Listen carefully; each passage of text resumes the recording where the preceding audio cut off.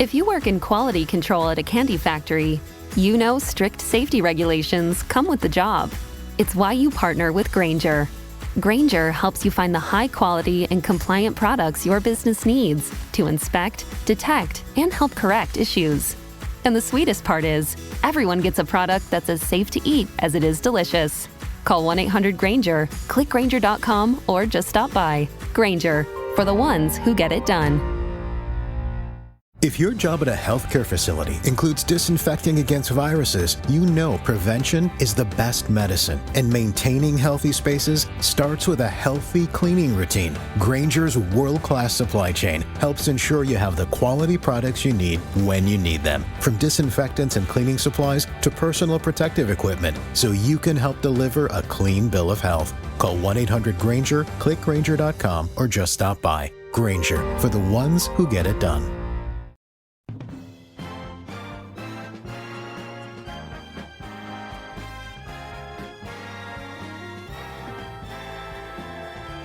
Now, the greatest radio shows of all time. Suspense. The Shadow Node. Washington calling David Harding, counter-spy. Classic radio theater. The Great Gildersleeve. Fibber McGee and Molly. Dragnet. Gunsmoke. The Lone Ranger. Now, step back into our time machine with your host, Wyatt Cox. Good evening, friends of the Inner Sanctum. Comedy on a Sunday with episodes of the Jack Benny program as Jack opens a swimming pool for the season. The Life of Riley as Riley finds a silver fox coat. Meet Corliss Archer starring the wonderful Janet Waldo and a beauty contest. And the Bob Hope Show with his guest Dinah Shore. And we head down to Pine Ridge, Arkansas and check on the preparations for the big movie premiere with Lum and Abner. That's all coming up on this Sunday, the 6th day of April, 96th day of the year, 269 days left in the year. John Tyler inaugurated as the 10th president of the U.S. on this date in 1841. Celluloid patented in 1869. In 1896 in Athens, the opening of the first modern Olympic Games, 1,500 years after being banned by Roman Emperor Theodosius. Robert Peary on this date in 1909 allegedly reached the North Pole. The splendid frozen jewel of the North, for which through centuries men of every nation have struggled and suffered and died, is won at last. Now, Peary's claim has been disputed because of failings in his navigational ability. In 1917, the U.S. declared war on Germany in World War I. In 1926, Walter Varney Airlines made its first commercial flight, the Root Company of United. In 1930, Will Rogers began broadcasting the Will Rogers program on radio. In 1931, Little Orphan Annie moved from the newspapers to radio, first show on the Blue Network of NBC. In 1938, Teflon discovered, and in 1962, the Seattle World's Fair opened. I love the fair in Seattle, too, and a galaxy of fun in the Gateway. Seattle World's Fair, here we come! The World's Fair, officially known as the Century 21 Exposition, it boasted of nearly 10 million attendees, and it actually made a profit. The launch of Early Bird, the first communications satellite to be placed in synchronous orbit, happened on this date in 1965. And in 1976, during the Democrat presidential campaign, Jimmy Carter almost derailed his path to the White House by opposing integration for integration's sake. I have nothing against a community that's made up of people who are Polish, or who are Czechoslovakians, or who are French Canadians, or who are blacks, from trying to maintain the ethnic purity of their neighborhood. This is a natural inclination on the part of people. Dare I say he was right? Carter did say he supported open housing laws that criminalized refusal to sell or rent based on race, creed, color, or ethnic origin. Carter forced to back down on all of that because, you had to have integration. You could not allow pure ethnic communities to exist in America.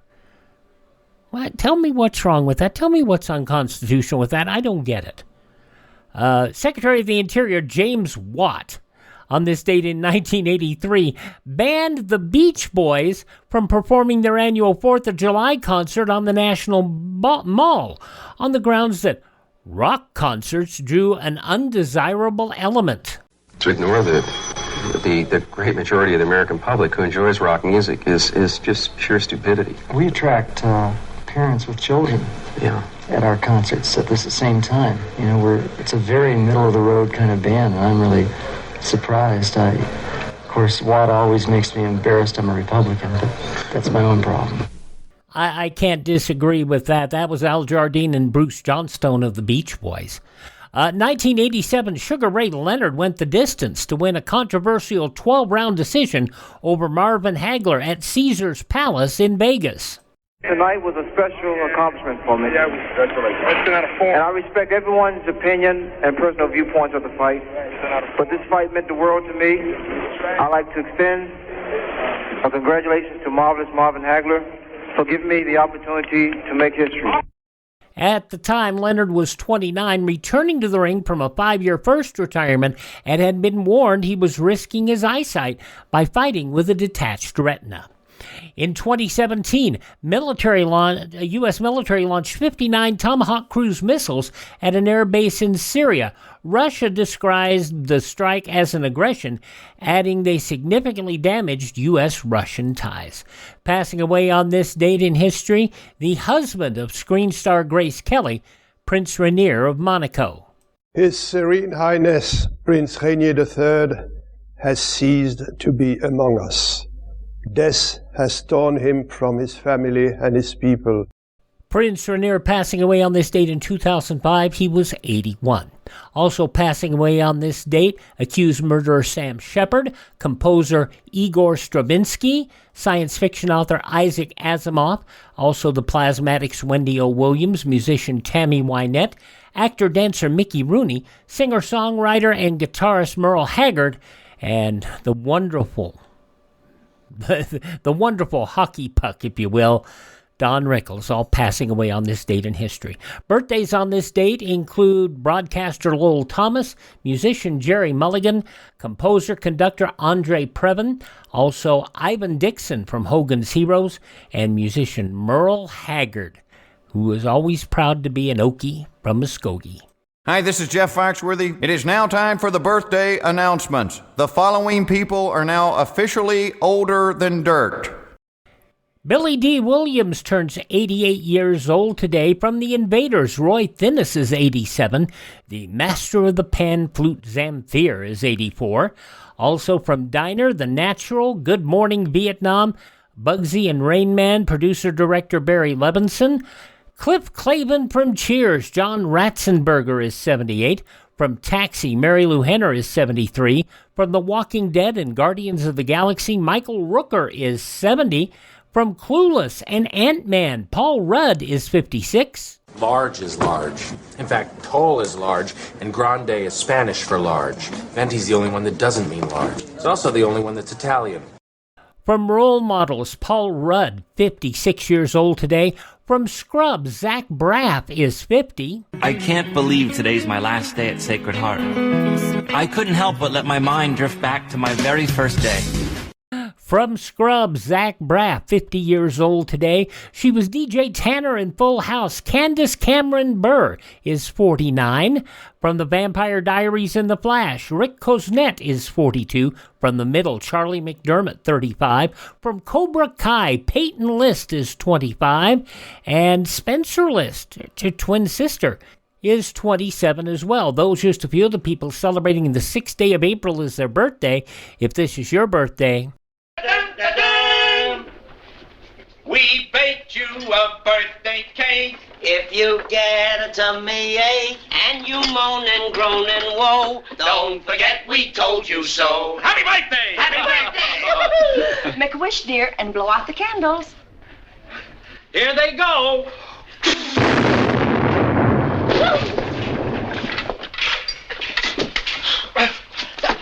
Coming up next, an episode of the Jack Benny Show here on Classic Radio Theater with Wyatt Cox. For the ones who get it done, the most important part is the one you need now. And the best partner is the one who can deliver. That's why millions of maintenance and repair pros trust Grainger, because we have professional-grade supplies for every industry, even hard-to-find products. And we have same-day pickup and next-day delivery on most orders. But most importantly, we have an unwavering commitment to help keep you up and running. Call, click Grainger.com, or just stop by. Grainger, for the ones who get it done. If you work in quality control at a candy factory, you know strict safety regulations come with the job. It's why you partner with Grainger. Grainger helps you find the high-quality and compliant products your business needs to inspect, detect, and help correct issues. And the sweetest part is, everyone gets a product that's as safe to eat as it is delicious. Call 1-800-GRAINGER, click Grainger.com, or just stop by. Grainger, for the ones who get it done. If your job at a healthcare facility includes disinfecting against viruses, you know prevention is the best medicine, and maintaining healthy spaces starts with a healthy cleaning routine. Grainger's world-class supply chain helps ensure you have the quality products you need when you need them, from disinfectants and cleaning supplies to personal protective equipment, so you can help deliver a clean bill of health. Call 1-800-GRAINGER, click Grainger.com, or just stop by. Grainger, for the ones who get it done. Instead of going down, the annual rate of polio cases in this country is going up. Instead of growing panicky with fear in the face of such an unwelcome fact, there is a way in which we all can join the Army which is fighting to check this trend and ultimately defeat infantile paralysis. We can contribute to the March of Dimes. Give today so that the 1952 March of Dimes will be the biggest ever and a really potent fighting force against polio. Hey, now on Classic Radio Theater, let's go back 73 years, April 6, 1952, as Jack Benny opens his swimming pool for the season and goes to get his teeth looked at. Lucky Strike presents the Jack Benny Program. But first, here's an important message from the National Tobacco Tax Research Council. Ever stop to think that you cigarette smokers help deliver the United States mail? Fact. The post office has an annual deficit of about $600 million. But you cigarette smokers contribute over 3 times that deficit in cigarette taxes. Yes, out of every cigarette pack you buy, the federal government takes 8 cents a pack, and most state and local governments take 3 or 4 cents more. That's better than a 50% tax on every cigarette you smoke. Yes, when you buy cigarettes, over half your packs go for tax. And now the Jack Benny Program, presented by Lucky Strike. Do you do-da-do-da-do-da, do you do-da-do-da-dee? Be happy, go lucky, be happy, get better taste. Be happy, go lucky, get better taste today. Friends, tear and compare. See for yourself that Lucky's are made better to taste better. From a newly opened pack, take a cigarette made by any other manufacturer. Carefully tear a thin strip of paper straight down the seam from end to end and gently remove the tobacco. In tearing, be sure not to loosen or dig into the tobacco. Now, do exactly the same with a Lucky Strike. Then compare. Some cigarettes are too loosely packed. Some even fall apart. But look at that Lucky. See how it stays together, a perfect cylinder of fine, mild tobacco. Now, what does this mean to you as a smoker? It means exactly this. Because your Lucky is so round and firm and fully packed, you avoid annoying loose ends that spoil the taste. Hot spots that burn harsh and dry. Because your Lucky has long strands of fresh, clean, good-tasting tobacco, it burns evenly, smokes smooth and mild. Yes, tear and compare. Prove to yourself that Lucky's are made better to taste better. Then make your next carton Lucky Strike.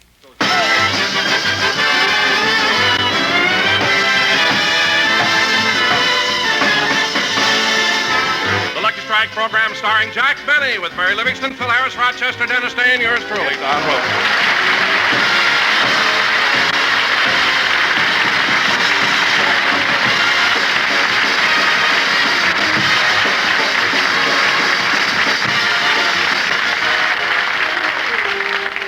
Ladies and gentlemen, the warm weather is here, so let's go out to Jack Benny's house where we find Jack and Rochester cleaning out the swimming pool.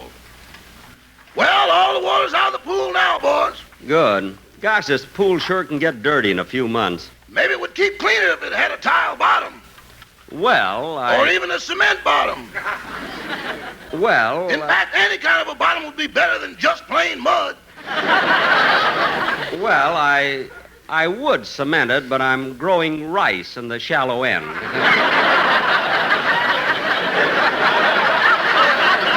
Now, Rochester, when we finish cleaning the pool, I want to transplant some tulips in front of the house. Tulips? Why? Well, Queen Juliana of the Netherlands is going to be in town soon. She'll be staying at the Beverly Hills Hotel, which is just a couple of blocks from here, and she may drop in, you know. Oh, then you met Queen Juliana when you were in Holland. Well, no, Rochester. You see, the day before I arrived in Amsterdam, the Queen had gone to Rotterdam, you see. But her husband, Prince Bernhard, he's a wonderful fellow. Oh, then you met Prince Bernhard. Well, no. You see, I went from Amsterdam to Rotterdam. But when I got to Rotterdam, I found out that they had gone back to Amsterdam. You'd have done better if you'd have gone to Boulder Dam.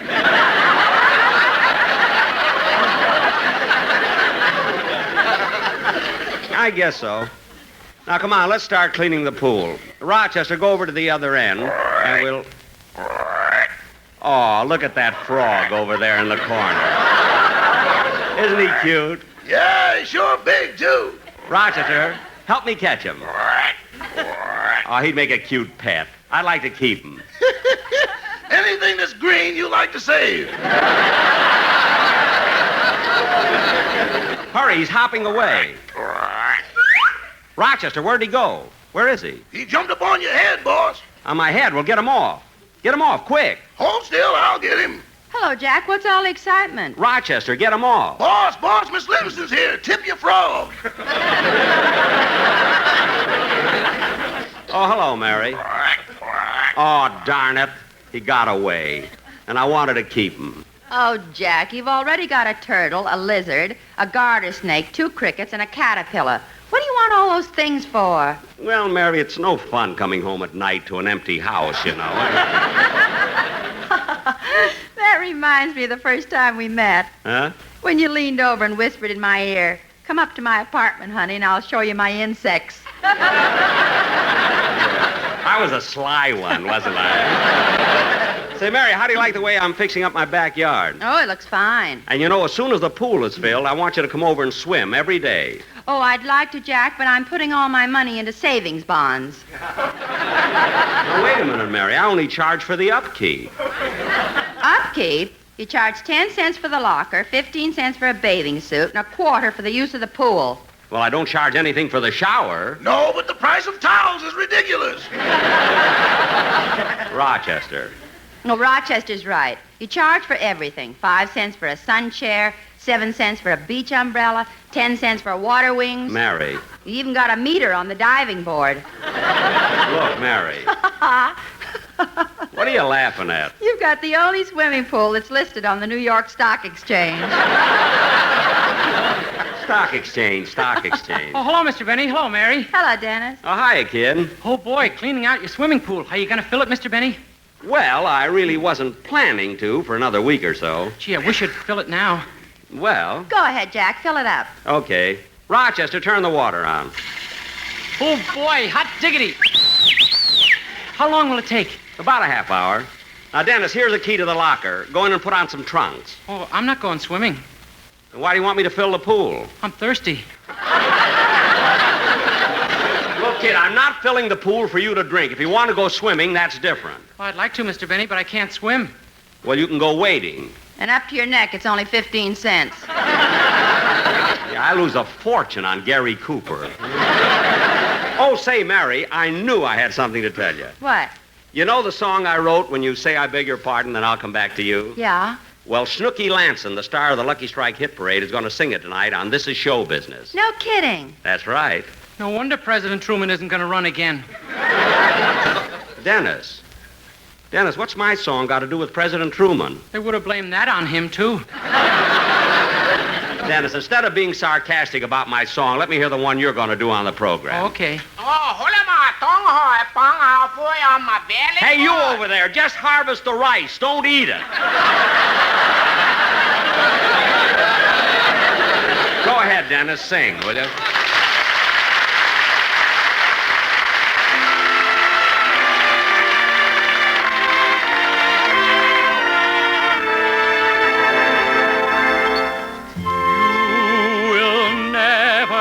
grow. While there's love in your heart, time may silver your golden hair as you dream in an old rocking chair. So keep my love in your heart. Remember the love tales we told.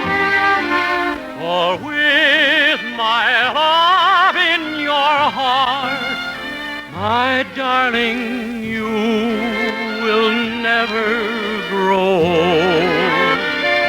Don't be fretful or regretful that you will grow much too soon.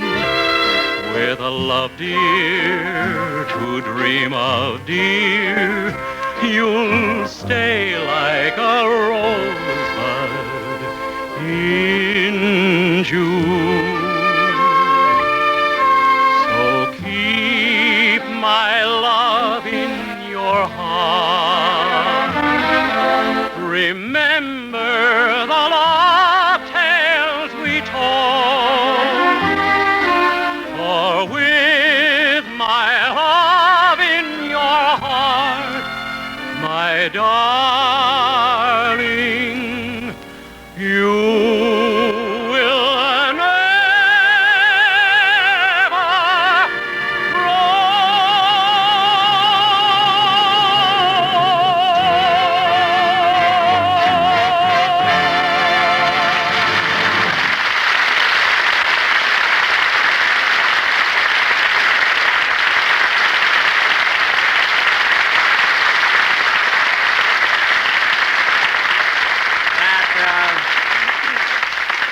That was very good, Dennis. Now, if you want to stick around, you can help me fix up Hiya, kids. Oh, hello, Phil. Oh, hello, Phil. Well, clean out the old pool, huh? Getting ready to open for business, eh, Jackson? Yep. Say, Phil, would you like your job back again as lifeguard? Not after what happened last year when that fella nearly drowned. What happened, Phil? Before I could save him, I had to buy a ticket to get in the pool.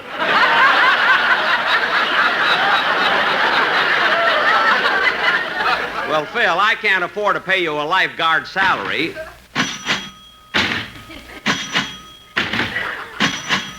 Rochester, what are you doing? I'm testing the diving board. Well, good. And when you're through with that, you can, Hey, Jackson, come over here a minute, will you? I got something I want to discuss with you. With me? Yeah. Well, look, Jack, I've got a dentist appointment. I better be running along. Wait a second, Mary. I'll just see what Phil wants. Oh, all right. What's on your mind, Phil? Well, it's about Bagby, my piano player. What about him? He's leaving my orchestra. No. Bagby's quitting your band? Why? He's going back to his old job. His old job? What was that? Professor of psychology at Heidelberg. Phil, you mean to stand there with that bottle in your hand and tell me that Bagby, your piano player, used to be a professor of psychology? Are you kidding? He's got one of the most brilliant minds in the country. You ought to see his degrees. He's got his A.B., M.A., LLB, Ph.D., and his SQCTF. SQCTF, what's that? San Quentin, class of 34. Phil. He was voted the alumnus most likely to come back. Phil. For a while, we thought he was going to graduate magna cum gas chamber.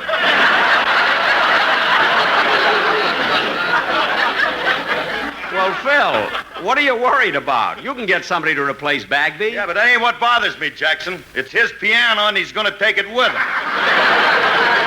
Well, for heaven's sake, can't you get another piano? Not one that makes ice cubes. Ice cubes? When you press the foot pedals, you get draft beer. I wondered why that piano said Stein instead of Steinway. Well, Phil... Jack, I've got to be going. I'll be late for the dentist. Wait a minute, Mary. I'll go with you. I haven't had my teeth cleaned in a long time. Okay. Phil, I'll discuss this with you later. Okay, Jackson. So long. So long. Come on, Mary. Let's go. I'm not going anywhere with you to take that frog off your head. Is he still there? Get off. Get off. Okay, Mary, let's go. Hey, Mr. Benny, was that a frog on your head? Yes. Gee, I thought your toupee was winking at me.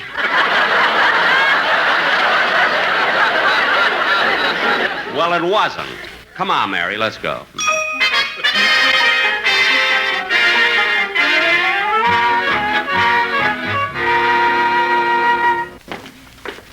Mary, which office is your dentist in? Oh, he's way down at the end of the...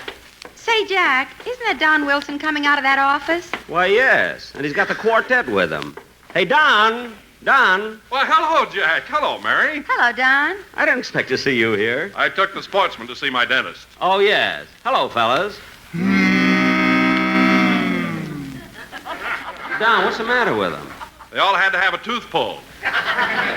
Don, the four of them had to have a tooth pulled at the same time? That's right. I've never seen a quartet like that in my life. They all have colds at the same time. They have headaches at the same time. Measles at the same time. Yeah, now they're going home. It's their children's birthday.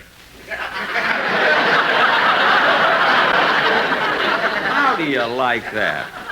Each one had a tooth pulled, huh? Yes, Jack, and in that condition, I don't think they'll be able to do the commercial on the show. Well, why not? Well, look at Marty's jaw. It's all swollen, and he sings the lead.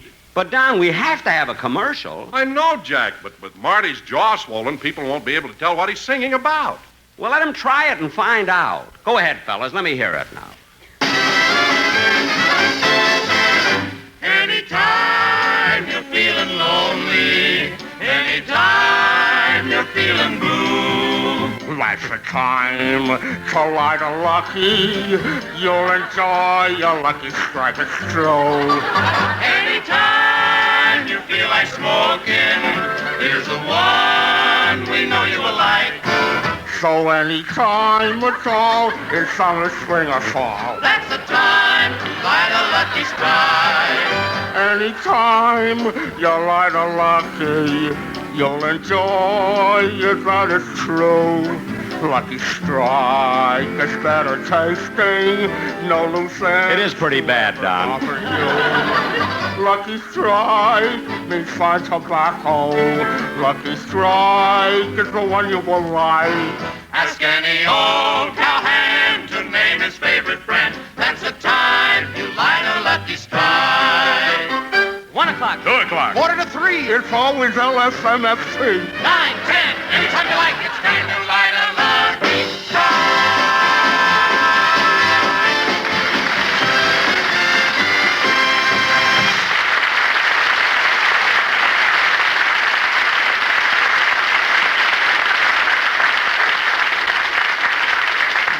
Well, Don, that didn't sound so bad. Maybe Marty will feel better by the time they have to do it on the show. Well, I hope so. Goodbye, kids. Goodbye. Bye. Jack, my dentist's office is down at the end of the hall. Oh, yes. I hope he can take me, too. While I'm getting mine cleaned, it wouldn't hurt me to have them checked for cavities. You know? Well, here we are. May I help you people? Yes, nurse, I have an appointment with Dr. Foster. I'm Mary Livingston. Oh, yes. You're just in time. Go right in the first office on your left. Thank you. Miss, while I'm here, I want to find out about my teeth. Yes, sir. When did you leave them?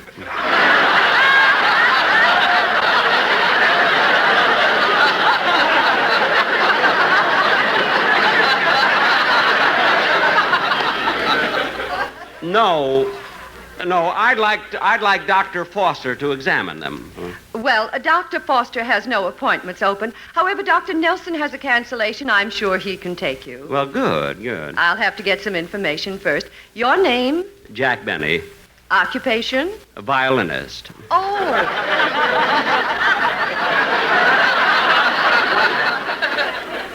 Yes, I heard one of your concerts last summer. Oh, from the stage of the Philharmonic?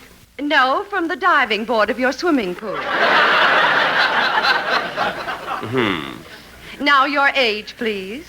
Well, how old would you guess me to be? 28? No, I'm a little older than that. Guess again. 61.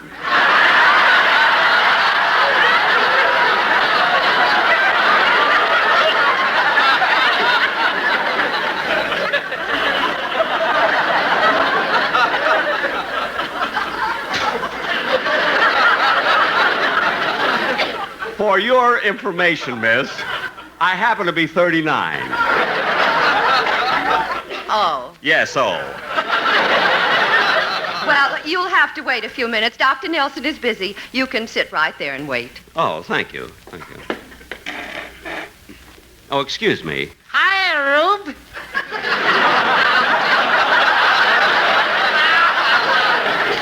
Oh, hello.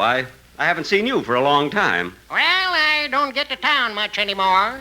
Oh, you still living in Calabasas? No, couldn't stand the nightlife, so I moved to a smaller place. You live in a smaller place than Calabasas? How big is it? Well, when 4 kids play Ring Around the Rosie, they circle the town. Well, that's really a small town, isn't it? You ain't kidding, Rube. What? They had to widen the street to put the white line down the middle. Hey.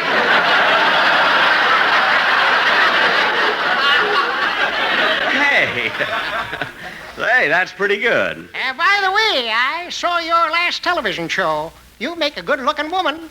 Well, thanks, but I don't intend to dress like that again. You ought to. You ain't nothing the way you are.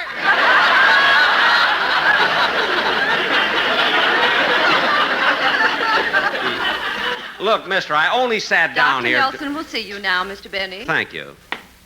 So long, Rube. Goodbye, goodbye.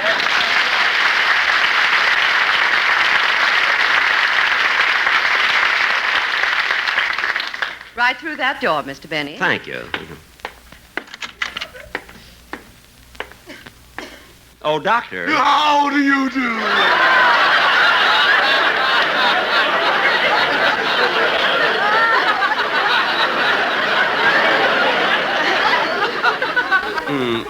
Look, doctor, I'd like to have... Don't tell me you have a toothache. No, I don't have a toothache at all. I only want... Just sit down and leave the rest to me. But, doctor, all I want is... Doctor, why are you strapping me in this chair? Well, the last time I pulled a tooth, I yanked too hard and threw the patient out the window. Oh, my goodness, did the tooth come out? All of them. He hit a fire plug. Now, look, doctor, I don't need an extraction. All I want you to do is examine my teeth. Yeah, very well, very well. Open your mouth, please. Wider. Wider so I can look way back. There.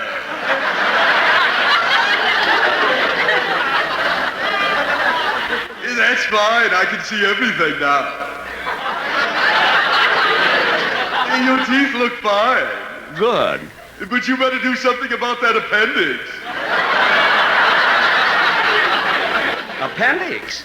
Now just hold still and I'll complete the examination. Excuse me, doctor. Oh, yes, nurse? J. Howard McGrath is here from Washington.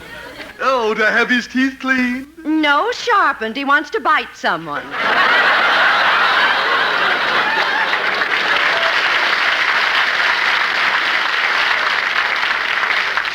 Well, I'm busy right now. And nurse, send in my technician. I have to make an x-ray. Yes, doctor. Now, Mr. Benny, before my technician comes in, I just want to make one final check. Open your mouth. Doctor, why are you spinning my pivot tooth? I used to be a disc jockey. A disc jockey? And now I'd like to dedicate this next tooth for Billy, Mervyn, Manny, Jesse, and all the boys at Hickey's Bar, and happy birthday to Jeanette. Now cut that out! Look, I just came here for Hey, you sent for me, doctor? Yes, I have a patient here who requires an x-ray. Oh, very well. You operate the camera and I'll swing the chair around so you'll get a good picture. Is that the technician? He looks like a frog I met this morning.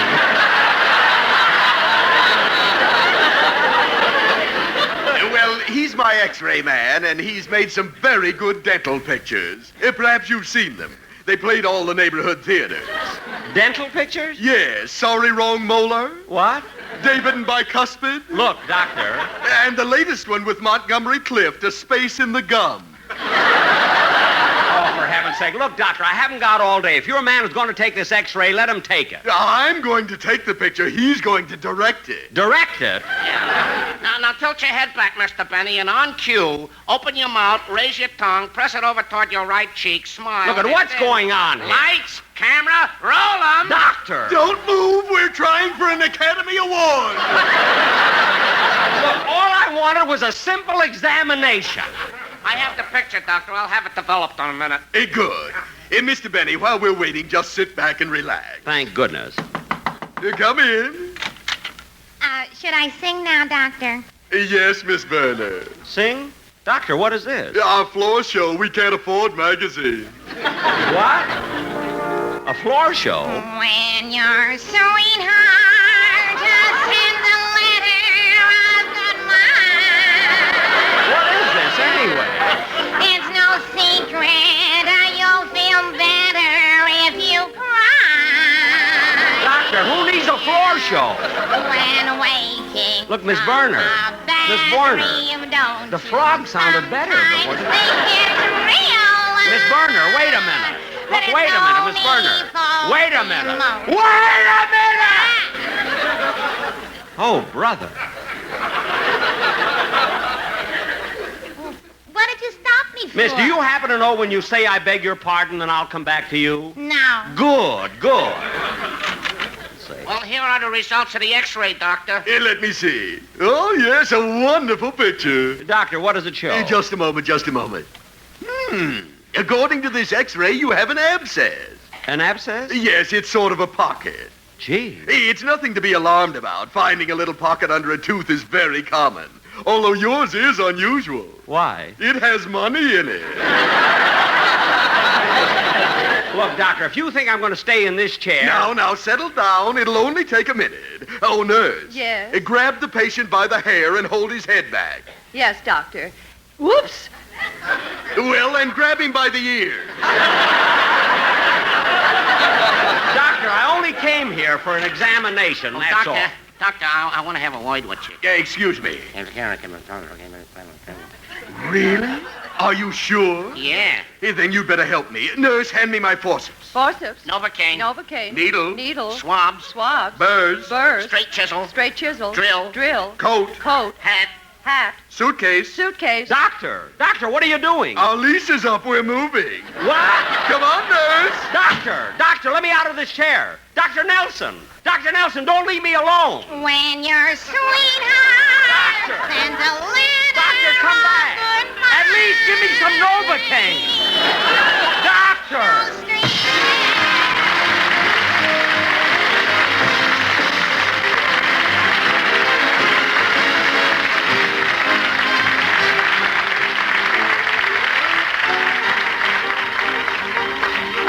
Ladies and gentlemen, the very best Easter gift of all is the support you give through Easter seals to children who need your help. These seals provide medical care, nursery centers, and many other things that are needed. So give generously to the Easter Seal Agency in your community, or send your contribution to Crippled Children, care of your local post office. Thank you. We'll be back in just a moment, but first... Do you be happy, go lucky, get better taste today. Friends, you can tear and compare and see with your own eyes how Lucky's are made better to taste better. From a newly opened pack, take a cigarette made by any other manufacturer. Carefully tear a thin strip of paper straight down the seam from end to end and gently remove the tobacco. In tearing, be sure not to loosen or dig into the tobacco. Now, do exactly the same with a Lucky Strike. Then compare. You'll see some cigarettes are so loosely packed they fall apart. Others have air spaces, hot spots that burn harsh and dry. But you won't find that in a Lucky. Look at that perfect cylinder of fine, mild tobacco, so free of annoying loose ends that spoil the taste. Notice those long strands of fresh, clean, good-tasting tobacco, so firmly packed to smoke smooth and even, giving you a milder, better-tasting cigarette. Yes, friends, tear and compare. Prove to yourself that Lucky's are made better to taste better. Then make your next carton Lucky Strike. Bung, bung, bung, be happy, go lucky, strike today.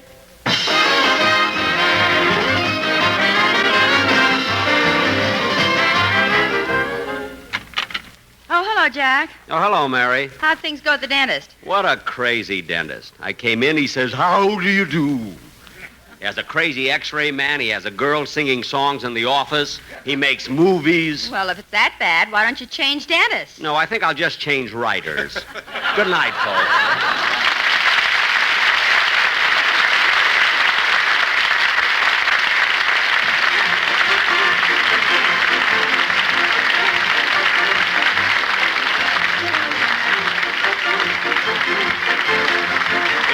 Program is brought to you by Lucky Strike, product of the American Tobacco Company, America's leading manufacturer of cigarettes. This is Don Wilson reminding you to listen to Your Hit Parade with Guy Lombardo every Thursday night, presented by Lucky Strike. Consult your newspaper for time and station. The Jack Benny program has been selected as one of the programs to be heard by our armed forces overseas through the facilities of the Armed Forces Radio Service. Stay tuned for the Amos and Andy Show, which follows immediately.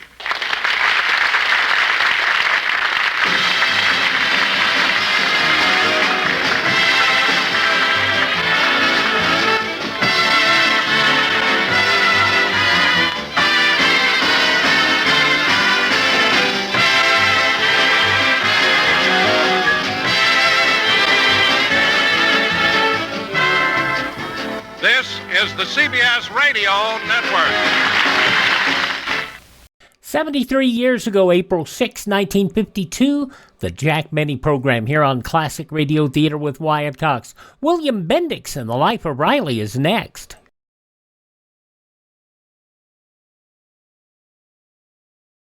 Ladies and gentlemen, last year's traffic death toll was 37,500, a 7% increase over 1950.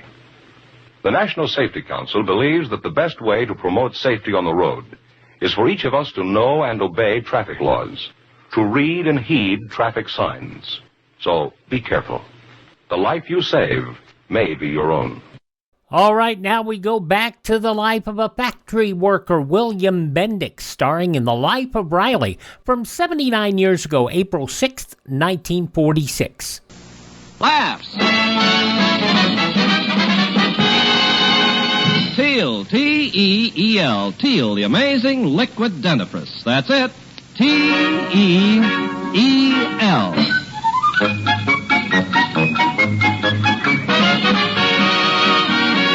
Teal, the amazing liquid dentifrice brings you The Life of Riley with William Bendix as Riley.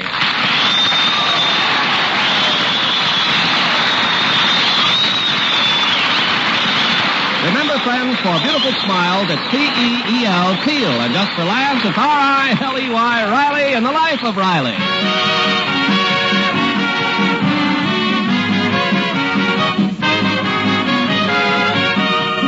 Like most of us, Chester A. Riley believes in the old adage that honesty is the best policy. But every now and then he's put to the test. For instance, the other evening, coming home on the bus, Riley found a large, unmarked cardboard box on the empty seat next to him. Well, what do you know? Somebody got off the bus and forgot a box. Quite a box. 2 feet long, 6 inches high. It's too big for butter. Too small for a pool cue. Wonder what's in it. Careful, Riley. Who's that? You know me, Riley. I am your conscience. Oh, it's you, Conscience. Are you back again? Back? I've never been away, Riley. Believe me, you're a full-time job. Oh, yeah, well, get this straight, Conscience. I never asked you to move into my head. You got into this mess yourself.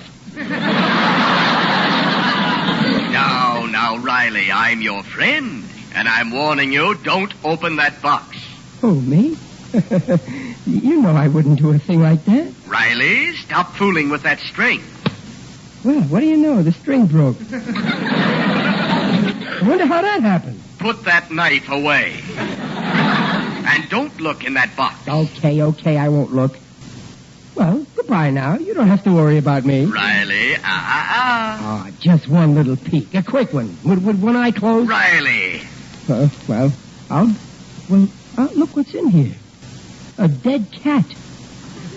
And it's an old cat. Look at all the gray hairs it's got. Riley, that is a silver fox. A silver fox? Gosh, just what my wife always wanted. Riley, you can't keep that fur. Remember what Benjamin Franklin said? Honesty is the best policy. Okay, so Benjamin Franklin said that. But I don't have to listen to a grown man who spends all his time flying a kite. Riley, hand that fur piece over to the bus driver. All right. Stop nagging. I was going to hand... No, not to that driver. That driver wouldn't turn this fur piece in. How do you know? She's a woman. And she's got a naked neck. Mark my words, Riley. If you keep that fur piece, you'll regret it. I ain't keeping it, honest, I ain't. I'll just take it home until I find out who it belongs to. Now beat it, Conscience. I'll never leave you, Riley. I'm staying right here, in your brain. Okay, stay in my brain. But I'm warning you, if you don't shut your big mouth, I'm going to get a short haircut and freeze the pants off you.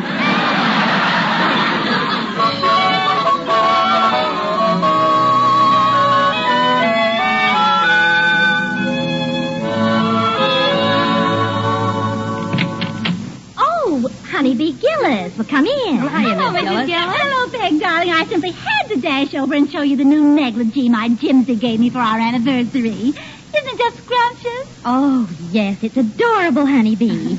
Oh, and so sheer, Mrs. Gillis. Uh-huh. It's like a spider web. Yeah, Mrs. Gillis. All you need now is 6 more legs.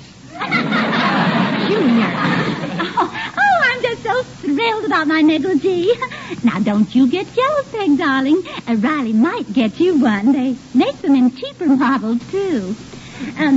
Oh, is that a new bag, Peg? Yes, today's my birthday. The children gave it to me. Oh, how sweet.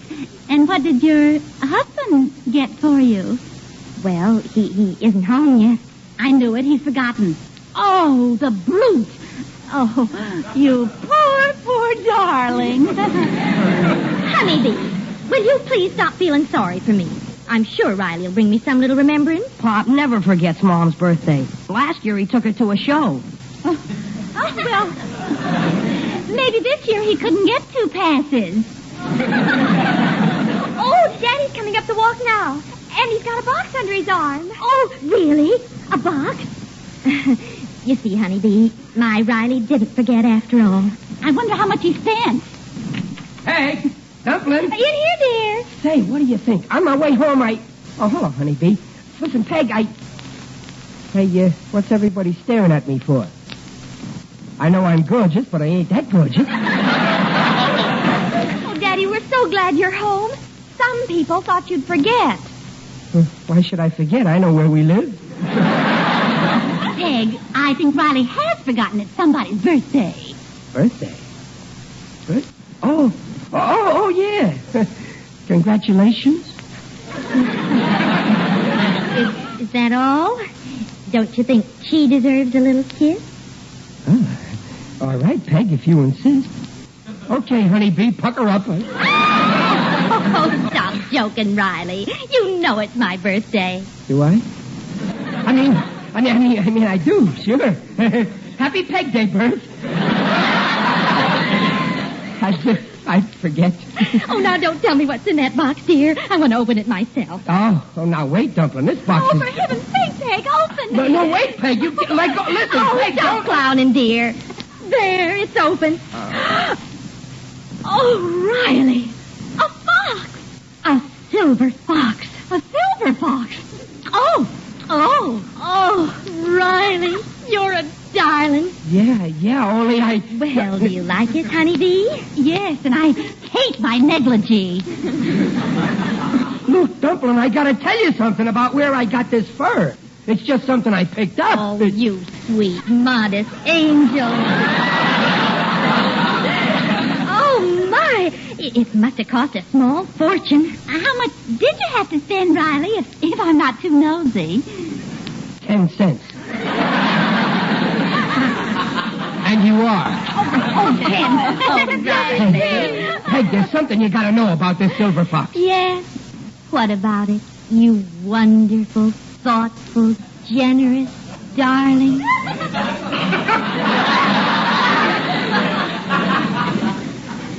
it's yours. With love from two people who'd give you the shirt off their back. Me and the fox.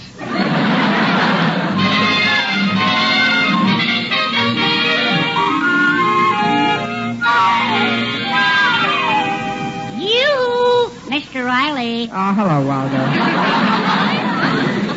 How's my little friend and neighbor? Oh, my aching back.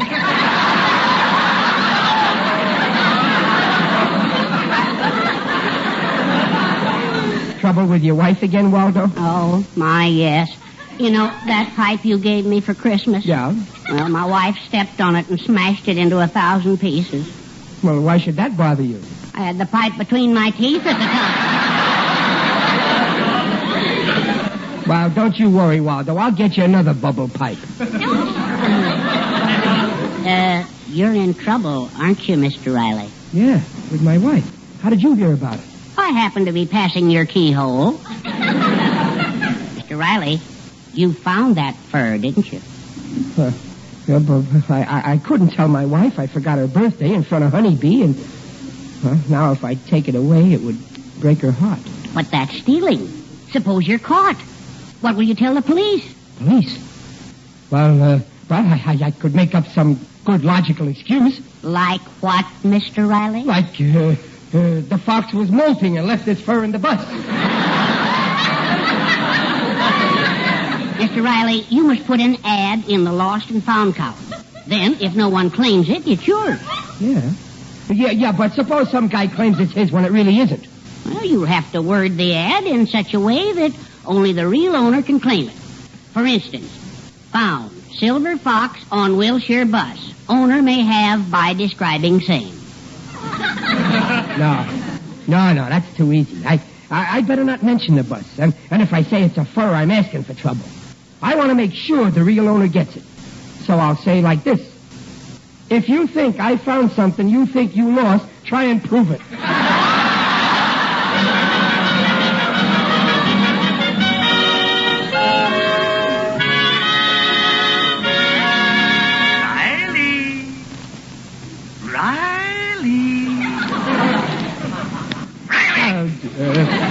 Oh, it's you again, Conscience. Why don't you leave me alone? Riley, when are you going to do something about returning that fur? I'm doing everything I can. I put an ad in the newspaper, didn't I? Yes, but what a newspaper.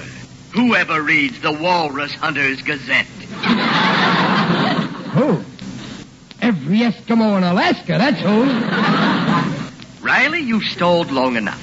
If you really want to find the owner, look for his ad in the Lost and Found. I'm looking, but it won't be here.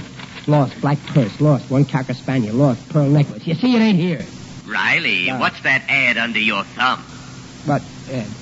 Move your thumb. I can't. I got rheumatism. Move it, you wretch. Okay, I moved it.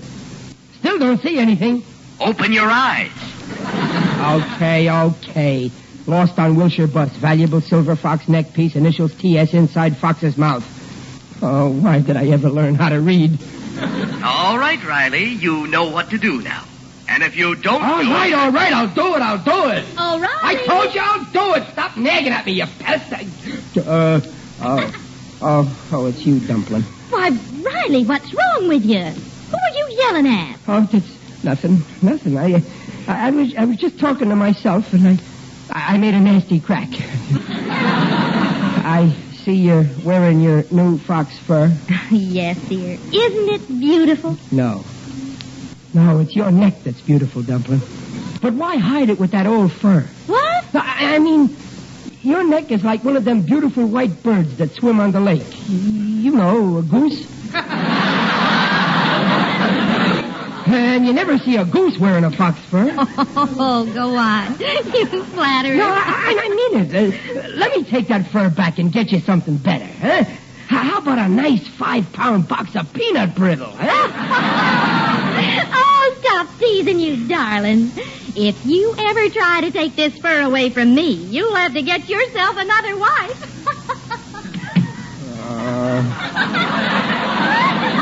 Oh, what a spot. I gotta get that fox away from her by hook or by crook. Hey, that's it. Tonight, while everybody's asleep, I'll get some low crook to rob my house. Sure, that's perfect. And I'm just the crook who can do it.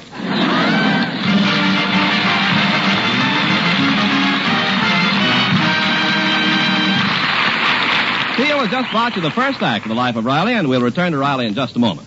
Meanwhile, this is Ken Carpenter. You may not realize it, but only liquid teal, of all leading dentifrices, protects your teeth from a certain type of cavity. Here are the facts. Out of every 10 adults, 8 have receding gums, and when gums recede, parts of your teeth are exposed which are 25 times softer than tooth enamel. Daily brushing of those softer parts with toothpaste or powder containing harsh abrasives can cause real damage. Chances are 8 in 10 you're risking ground-in gum-line cavities, unless the dentifrice you use contains no such abrasives. And of all leading dentifrices, only Teal contains no abrasives. Teal cleans teeth with a patented ingredient, protects teeth from such cavities. The Teal way takes 1 extra minute a week to make teeth look their best safely. Just follow directions on the package. And ask for large family-sized Teal and save money. T-E-E-L, Teal, the foamy, refreshing liquid dentifrice. And now back to The Life of Riley with William Bendix as Riley. When Riley found a silver fox fur piece on a bus, he naturally planned to return it. But when his wife saw it, she assumed that it was a birthday present for her. Well, Riley couldn't explain in front of gossipy Honeybee Gillis, and now he's afraid to tell the truth and humiliate Peg. So he's decided upon a daring plan of action to rob his own house. Waldo! Waldo, where are you? Where'd you get to? I'm down here. I fell into a gopher hole. My, it's dark. Where's the window you left open? Must be around here somewhere. It's near the door. Oh, I can feel the doorknob. Mr. Riley, that's my head. Oh. Here's the window. Wait, I gotta put on these gloves so my fingers won't leave any footprints. Oh, dear. Must we go through with this burglary? Yes, I gotta give the fur back without Peg knowing it's me who took it, and it's gotta look like an outside job. Now, come on. Now, give me a boost up, Waldo. All right. Yeah. There. Okay. All right. I'm in. There's a burglar alarm. No, it's your phone. Oh, yeah. Hello? Mr. Riley, this is Honeybee Gillis next door. I just saw a burglar climbing in your kitchen window. A burglar? Oh, thank goodness I'm home. Wait a minute. Who's a burglar? He was an ugly, vicious-looking brute, a real criminal type. She recognized me. Okay, thanks, Honeybee. It won't happen again. Fine thing. This is supposed to be a free country, and a man can't even rob his own house in peace. Oh, dear. We can't steal the fur now. What do you do? I'm desperate, Waldo. I'm going to take a walk and think. And when I start thinking, then you know I'm desperate.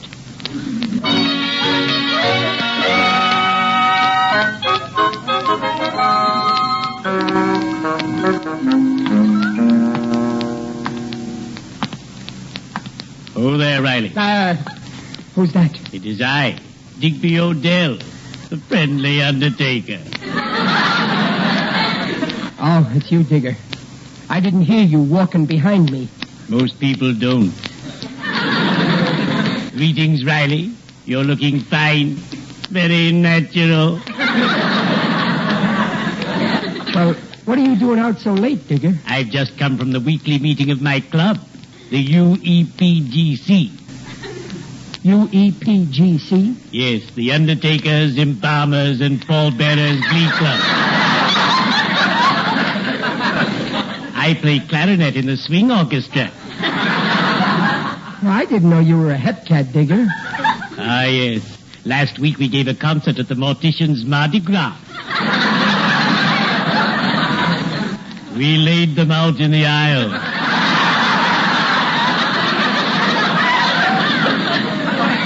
I'd like to hear you play sometime, Digger. Oh, fine. Next time you pass my shop, drop in. I'll send you out of this world. Digger, I'm in an awful jam. You see, I forgot it was my wife's birthday. Ah, yes, Riley. Once I forgot my wife's natal day until the stores were closed. So I brought her a bouquet of flowers from my place of business. Oh, she was furious. Why? She got flowers. I forgot to remove the ribbon which said, "Gone but not forgotten."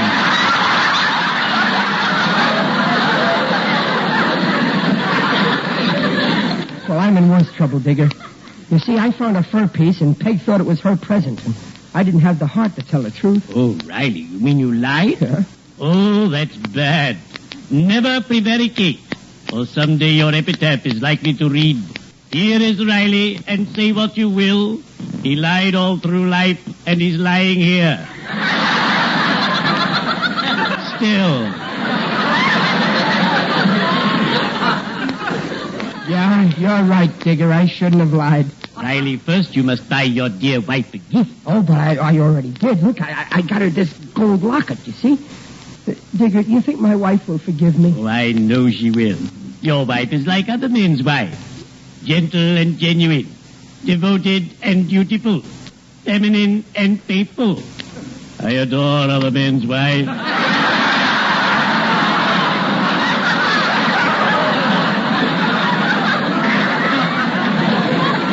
That's okay. Well, cheerio, Riley. I'd better be shoveling off.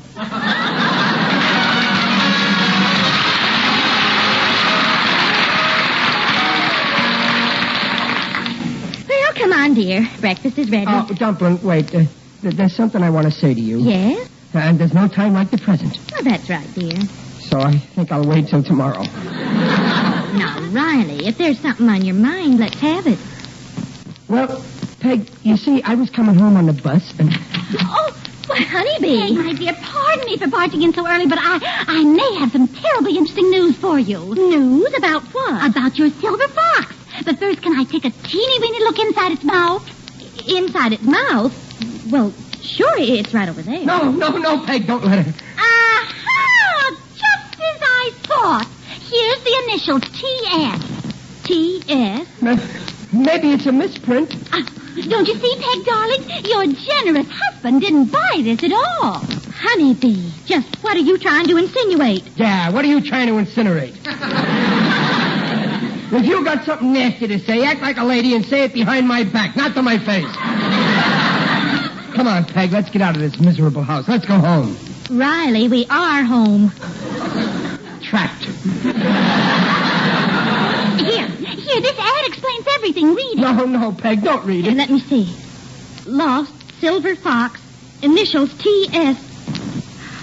Oh, this is terrible. Riley. No, don't get excited, Dumpling. Don't get excited. The fur I gave you, when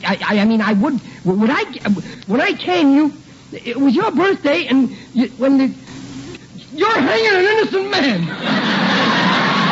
Well, what about those initials, T.S.? Can you explain that? Well, sure. That's the T. That's the trademark. It shows what kind of a fox it is. Trademark? Yeah, it's T.S. It's the 20th century fox. That's it.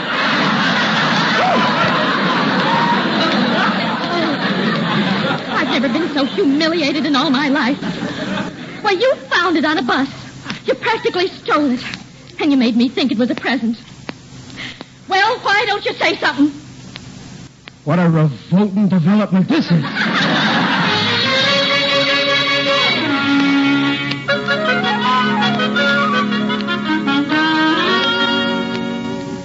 Daddy, Mother says come in and eat. She asked for me? Well, not exactly. She told Junior to tell me to tell you. She won't even speak to me secondhand.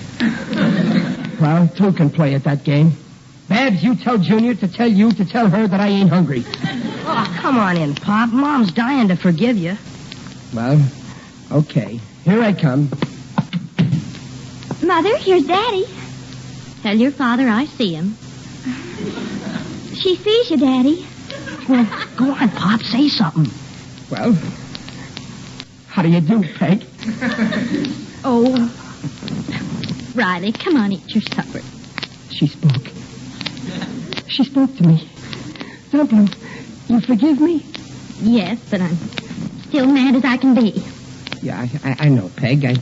I guess taking back that silver fox must have broke your heart. Well, it was beautiful, but I can live without a thing like that. Anyway, it made me sneeze. Oh, Dumpling, you're wonderful. And don't you worry about that old fur piece. I got you something else to keep your neck warm. This locket. Here. Oh, it's beautiful, dear. It's just a little thing. It's got some pictures in it. Where? In the back. Huh? Oh, so it has. Pictures of the four of us. Yeah. My picture didn't come out so good. It looks just like me.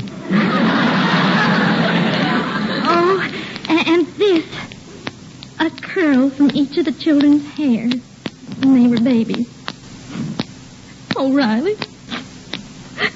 Gosh, everything I give you makes you sneeze. Well, I'm not sneezing. Well, gee, Dumpling, don't cry. Well, I want to. I feel so happy. Peggy. I feel happy, too. Riley.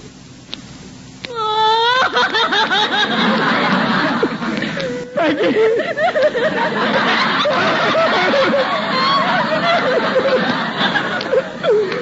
I've never been so happy in all my life.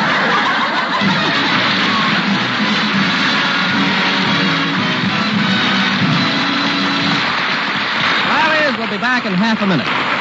Never forget that Teal protects teeth from gum-line cavities. Cavities ground in by daily use of toothpaste or powders containing harsh abrasives.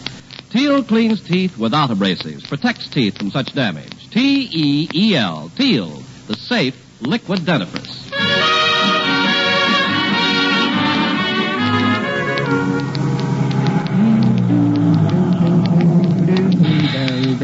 Oh, Peg, come on. This is where we get off. All right, dear. I'm coming. Come on. All right, down we go.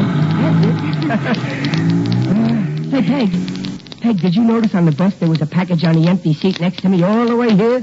Why, of course, that package. Sure, some dope forgot it. But you notice I left it there. But, Riley... I'm too smart. Nobody's going to trap me again. Honesty is the best policy. But, Riley, listen. Where is the new suit you just bought?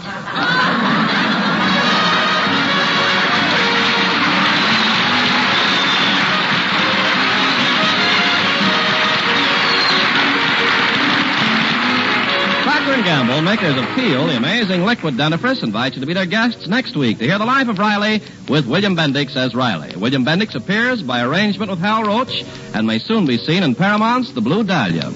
The Life of Riley is produced for Teal by Irving Brecker and is directed by Don Bernard. Music by Lou Kozloff. Tonight's cast included Paula Winslow, Scotty Beckett, Sharon Douglas, John Brown, Dink Trout, Frank Nelson, and Elvia Allman. This is Ken Carpenter on behalf of Teal, inviting you to listen again next week. And remember, for laughs, it's R-I-L-E-Y Riley, and for lovely smiles, it's T-E-E-L Teal. Teal, the amazing liquid dentifrice, protects teeth beautifully.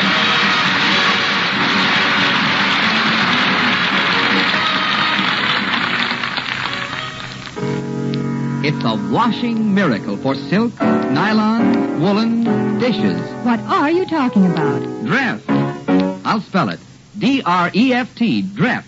Yes, ladies, and Dreft spells faster, brighter, safer cleaning than any subs before in history. That's true. Take lingerie, for example. Why, Dreft keeps my dainty underthings fresher and brighter than even expensive soap flakes. Right. You see, Dreft is different from soap.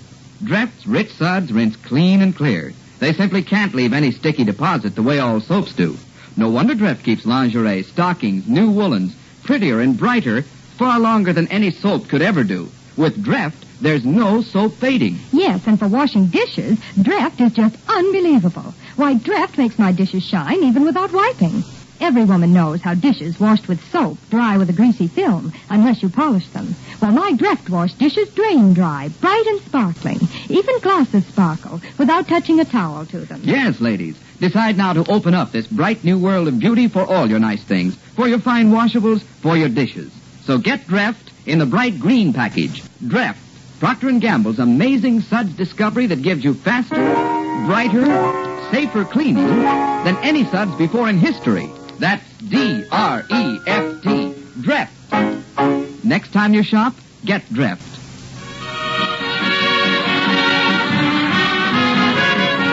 Remember, for laughs, it's the Life of Riley every week at the same time. Good night. This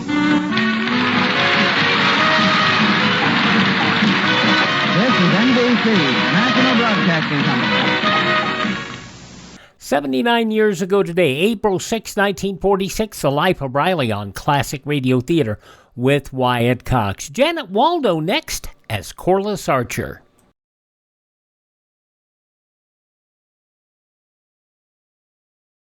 Your contribution of $10 or $6.95 for the budget relief package will send more relief overseas than the same money spent any other way.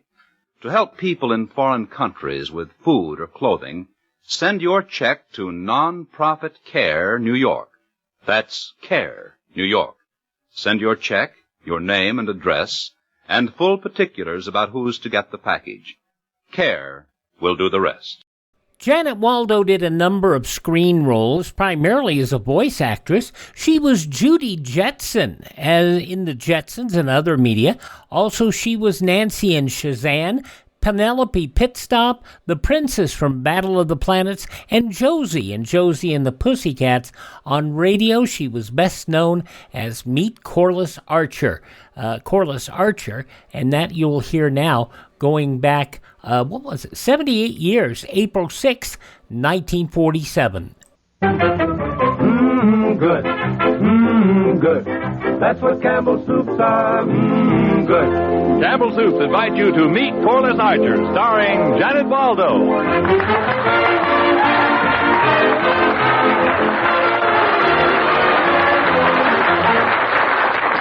And here's Corliss Archer. Gee, it's good to be back, Mr. Sharbert. And on behalf of Campbell Soups, may I say we're all glad to have you and your family and friends back with us as, sort of our ambassadors of goodwill. Oh, Mr. Sharbert, what a perfectly lovely thought. Me an ambassador. What do I have to do? Just be your own sweet and charming self, Corliss. Oh, Mr. Sharbert. But golly, there must be lots of new things people ought to know about Campbell Soups.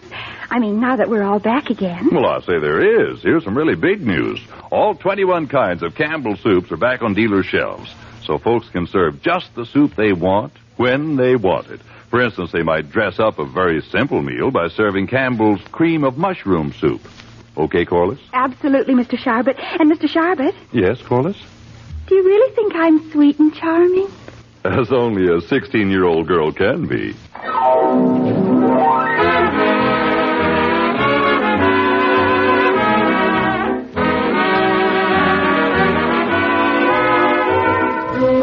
It's a seemingly normal Friday afternoon at the Archer home. Quiet, peaceful, and serene. You see, Corliss is out somewhere. Mr. Archer is home from the office with a sick headache, and Mrs. Archer is standing by sympathetically.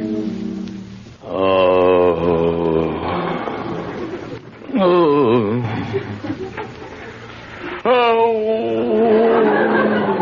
Harry, darling, isn't there anything I can get you? Yes, a new head. Well, are you sure there isn't anything I can do? Oh, yes, I think I'll be all right as long as I'm not exposed to any sudden noises. Oh, poor Harry. And speaking of sudden noises, where's Corliss? Off somewhere. I suppose she's safe behind a soda at Schroeder's. Good. Now, you just relax and read your newspaper, dear. I'll see that nothing disturbs you. Come on, good dog. Corliss. Veronica, Dad. Corliss, for heaven's sake, your father doesn't... Golly, Veronica, I didn't mean for you to jump up on Daddy. You know he doesn't like dogs on his lap when he's reading his newspaper. Now, down, Veronica. Come on, down. You might as well let her finish Dick Tracy. Veronica, get down. Now, you get out to the kitchen. Come on. That's a good dog. Corliss, your father came home from the office with a terrible headache. Oh, really, Mom? Oh, thanks for the warning. Well, darling, I didn't mean it as a warning. Is that all the sympathy you can show for your poor father? Oh, golly, Mom, of course I sympathize. Daddy, I'm so sorry. Is there anything in the world I can do? You could tone yourself down to a mere uproar for a few hours. I'll be quiet, Angel. I promise I won't make a single solitary unnecessary sound. Thank you, baby. And go a little easy on the sounds that are necessary, will you? I'll be as quiet as a clam. Oh, Mom, do you know what's been happening right under my very nose, and I ignored it on account of I had several other things on my mind? Well, I can't imagine, Cora. Well, it seems that Benson's department store is again having the most utterly super contest. Oh. Oh, not now, dear. You're disturbing your father again. Oh, I'm sorry. Oh, Mom, I'll simply die unless I tell you, because Benson's is actually having its annual photo contest to pick the sweetheart of the year, and I've just got to... Well, of course, your father. How many times must I tell you? Oh, what's the use, Janet? You can't dam up an ocean with your bare hands. Spill it, Corliss. Well, Daddy, you remember last year how Benson's had its contest where every boy submitted a picture of his girlfriend and they posted the pictures and everyone voted and the girl who got the most votes was crowned Benson's sweetheart of the year, remember? I might have remembered before you started that sentence, but I was a young man then. Well, what I actually mean is Benson's is having its Sweetheart of the Year contest again. And I'll simply curdle up and die unless I win this time. Well, who won last year, dear? Well, it was a neck-and-neck race between me and that Betty Cameron. But merely on account of the fact that Dexter submitted a very bad photo of me. That frizzed-out blonde, immersed triumphant. Emerged, Corliss. Immersed means all wet. Daddy, that's an utterly perfect description of her.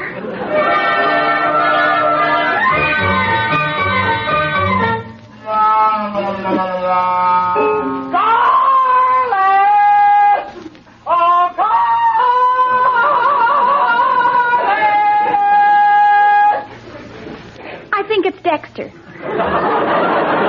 You think it's Dexter? Janet, yes, remind me to ask Bill Franklin why he raised his boy to be a banshee. Corliss! Hey, Corliss! Don't you think you'd better scream back at him, Corliss, before the plaster starts falling? All right, Daddy. Dexter, come on in! Oh, my poor aching head. Hi, Corliss.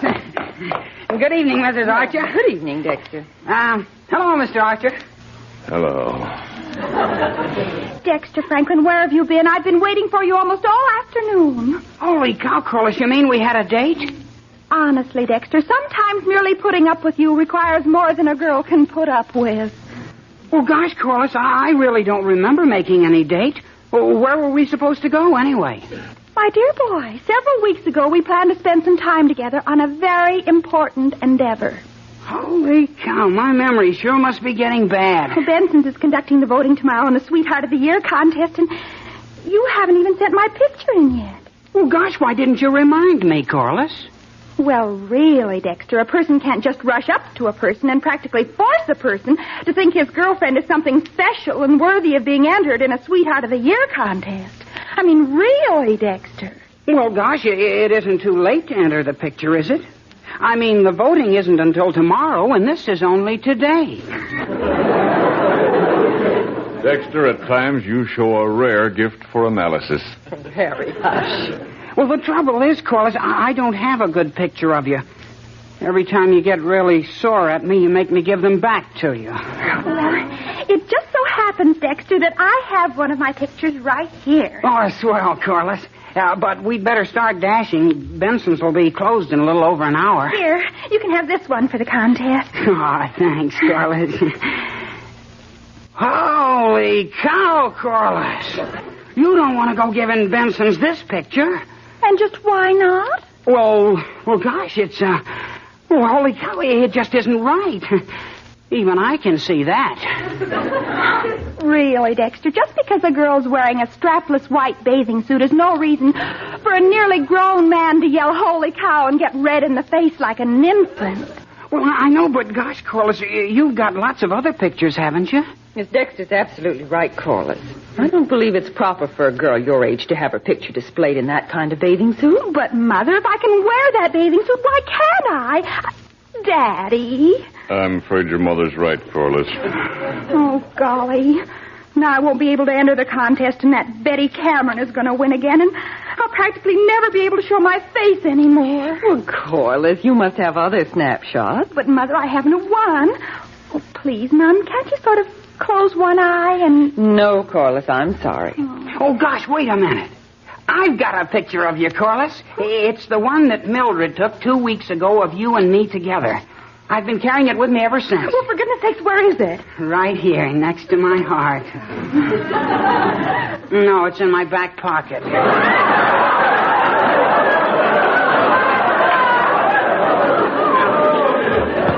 Here you are. Oh, Dexter, it's all dirty and creased. I know. I'm sorry. Oh, it's a shame, because it's awfully good of me. I think. I think it's terrific. Now, Dexter, if I could just cut you out of it and throw you away. Oh, but no, I'd be all crowded over on the edge. Hey, maybe we could have a print made with just you in it. Oh, that'd be a swell idea if we had the time to do it. Yeah, Benson's will be closing. I know. Raymond. Raymond? Certainly. He's got all sorts of photography gadgets in the cellar of his house. Come on, Dexter. Let's dash right over there and see him.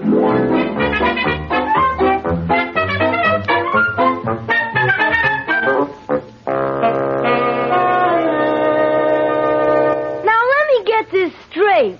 You want me to take this picture and reprint it so that Dexter's out and only Corliss is in? Yeah, that's right, Raymond. Can you do it? Well, it all depends. You see, I'm awfully busy right now on an important scientific matter. Raymond, if I were to merely hint to your parents about a little explosion I saw coming out of this cellar the other day, why... I didn't say I wouldn't. Then you will? I didn't say I would.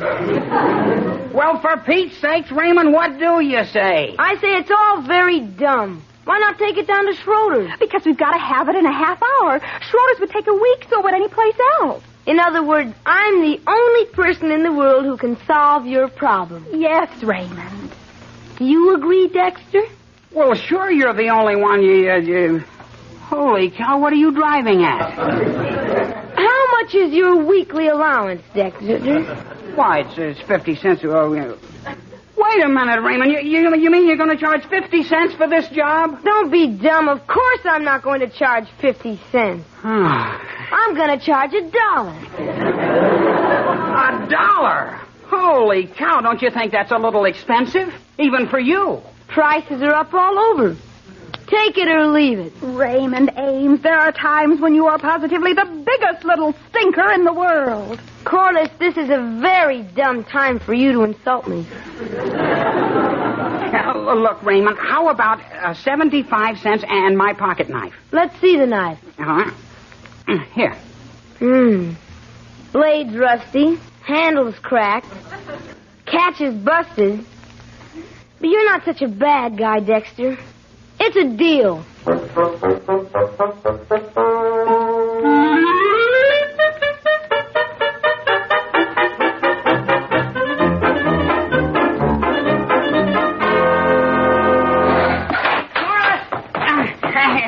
I rushed back to tell you, Corliss. It was nip and tuck, but I made it all right. Oh, thank heaven. Did Raymond do a good job on the picture? I don't know. You don't know? I never got a chance to see it. You didn't see it? No, the little stinker left me just enough time to dash down to Benson's. Oh. And he said the picture was a little wet, so he put it in an envelope and told me not to touch it. Oh, I hope that it came out all right. That nasty little child would be just mean enough to do a bad job on purpose. No, he'd better not have. I didn't pay him yet. I just gave him my pocket knife for a down payment. Oh, Dexter, you're a darling. I do so want to win that contest. Hi, everybody. Well, if it isn't our old friend, Raymond Ames. And just what did you come to see me about, Raymond? I've got some news for you. Look, Raymond, if it's for nothing, we'll listen. But if you think you're going to charge for this... Don't be dumb. I just came over to give you back your pocket knife and tell you that you don't have to pay me 75 cents anymore. Raymond Ames, don't tell me you have gone soft-hearted. It's just a matter of business. I give my clients what they pay for or give them back their money. Just what is that supposed to mean? Well, you ordered a picture of Corliss. Yes, with a half of the picture showing Dexter thrown away. Right. But due to circumstances beyond my control, I made a print of Dexter and threw you away. Holy cow! Mistakes happen, you know. Even experts like me make them. But whose picture was in the envelope Dexter brought down to Benson? I've been trying to tell you. It was Dexter's. What? Raymond Ames, you are the stupidest, nastiest, most vicious little boy I ever met. Don't get excited. Dexter might become famous. You're famous. Sure. Oh, now I'm not in the contest after all, and that frizzed-out blonde Betty Cameron is going to win again. Don't be too sure. Nothing in the rules against a man winning. If we can swing enough votes Dexter's way, he might get elected Sweetheart of the Year. Who, me? Me entered in a Sweetheart of the Year contest? Cheer up. Worse things can happen. Well, bye, Corliss. And Dexter. Yes? Good night, sweetheart.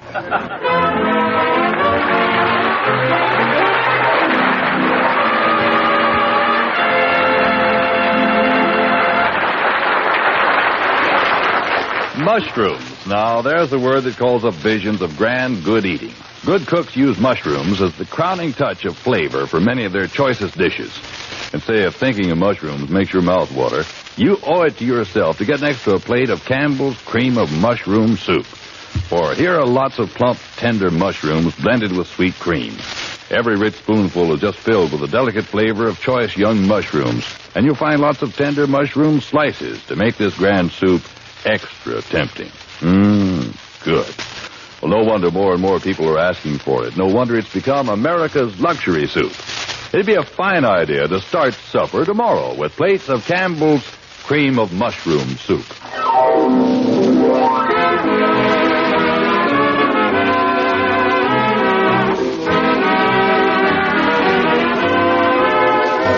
Well, it's the next day, and the Archers are at the breakfast table. Eat your cereal, Corliss. I don't really think I care for any cereal, Mother. I'm actually not very hungry. Well, it's too bad, baby. What's bothering you? Daddy, today is Benson's Sweetheart of the Year contest. And after all, when practically one's own flesh and blood can't cooperate to the extent of helping a person to become the Sweetheart of the Year, what is there to look forward to? Well, surely you haven't quarreled with poor Dexter again. Poor Dexter. Poor Dexter. Honestly, Mother, the way you and Daddy sympathize with that boy, you think he was your only daughter instead of me. Well, I'd hardly say that. But I suppose, as usual, Dexter has committed some dastardly crime that's too horrible even to think about. Oh, Daddy, Dexter was actually only an innocent bypasser. He was that little stinker, Raymond. Well, what on earth did Raymond do to make you so mad at him, Corliss? All he did was give Dexter the wrong picture so that when Dexter entered me in Benson's Sweetheart of the Year contest, I wasn't entered at all and Dexter was. I wonder how Dexter looks in a strapless white bathing suit. Oh, Corliss, perhaps it's just as well you're not in the contest. After all, dear, you couldn't be sure you were going to win. But now Betty Cameron's going to win again.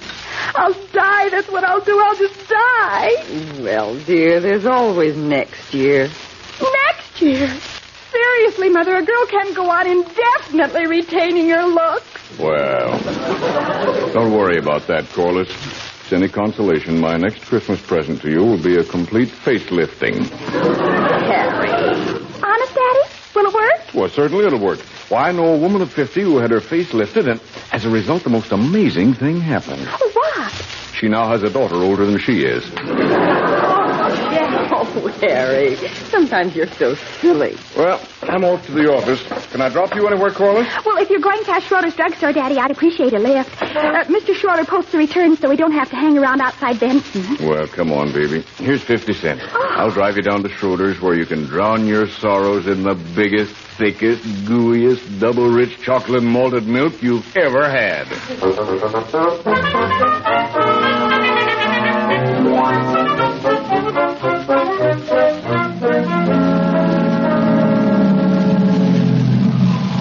Well, here you are, baby. Schroeder's Drugstore and Gabble Shoppy. Thanks for the lift, Daddy. I'll see you at dinner. All right, Corliss. And, baby, although I think you're too young to have anything but friends, I can't help wishing confusion to your enemies. Oh, thanks, Angel. You're the most understanding daddy in the whole wide world. Bye, dear. Bye.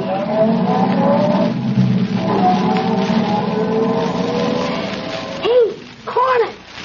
Before you go in, I've got a proposition that might interest you. I have had enough of your fake propositions to last me a lifetime, Raymond. Look, let's not waste words hating me. Here's my proposition. You'd give your right eye if Betty Cameron would lose this contest, wouldn't you? Right? Really, Raymond, I don't see why the affairs of your elders should be the least concern of yours. I can fix it so Betty loses. How? It's a trade secret. But all I want from you is a promise. What sort of a promise? You remember you mentioned something about a certain explosion in a certain cellar? Oh, that. What about it? Well, in return for swinging the contest away from Betty, you must promise never as long as you live to allude to refer to, and above all, not to tell my parents about said explosion. Which was caused by a little carelessness with the chemist, he said. And, you'll keep Betty Cameron from winning if I merely promise that? I will. I promise. It's a deal? It's a deal. Oh, and I think you ought to know that I'd never told your parents about the explosion anyhow. Well, in my business, you can't afford to take chances.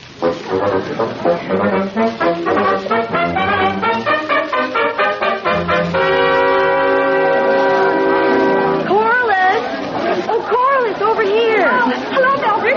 Golly, the place is sure jumping today. Yes, isn't it exciting? Corliss, what's this I hear about you not being entered in the Sweetheart of the Year contest? Well, I'm not. And there's a certain little stinker running around loose that I can thank for it. That can only be my darling little brother, Raymond. Corliss, did he pull one of his tricks on you?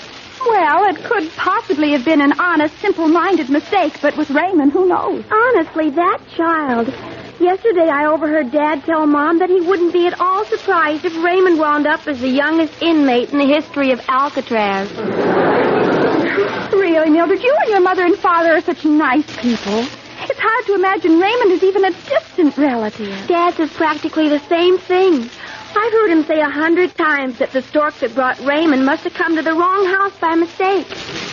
Oh, by the way, Corliss, are you still on speaking terms with that drip, Dexter? Well, of course. Why? Because he's standing in the doorway with that frightened look he gets when you don't talk to him for a minute. Oh, the poor darling. Dexter? Oh, Dexter, over here. Oh, hello, Corliss. Hi, Dad. Fancy meeting you here. Hi, Mildred. Dexter Franklin, what on earth's the matter with you? You're as nervous as a cat who's misplaced a kitten. Yeah, am I? Probably a guilty conscience. Oh, no, it isn't that, Mildred. Corliss knows what it is. It's that little stinker, Raymond. What's the little crime wave done to you? I'd rather not say. The fewer people who know about it, the better. Mildred, Dexter has the honor of being the only man entered in the Sweetheart of the Year contest. Holy cow, Corliss, do you have to tell everything you know? You mean Dexter might become the Sweetheart of the Year? Oh, no. Holy cow, Corliss, see what you've done? Oh, she was bound to find out sooner or later anyway. Oh, gosh, if I get so much as one vote. Oh, look, there's Raymond. You just ignore him. Sometimes he goes away. Oh, I want to speak to him. Raymond! Hey, Raymond! Hi, Corliss. Well, a friendly little gal. Yes, and please don't join us and make it unfriendly. Raymond, have you got any news? About our private little matter, nothing definite. But the wheels are turning, Corliss. I've just brought the returns over to Mr. Schroeder, and he'll read them in a minute. Oh. Boys and girls, I suppose you'd like to hear about the early balloting of Benson's Sweetheart of the Year contest. Oh, I think we would. Joanne Summers, 22.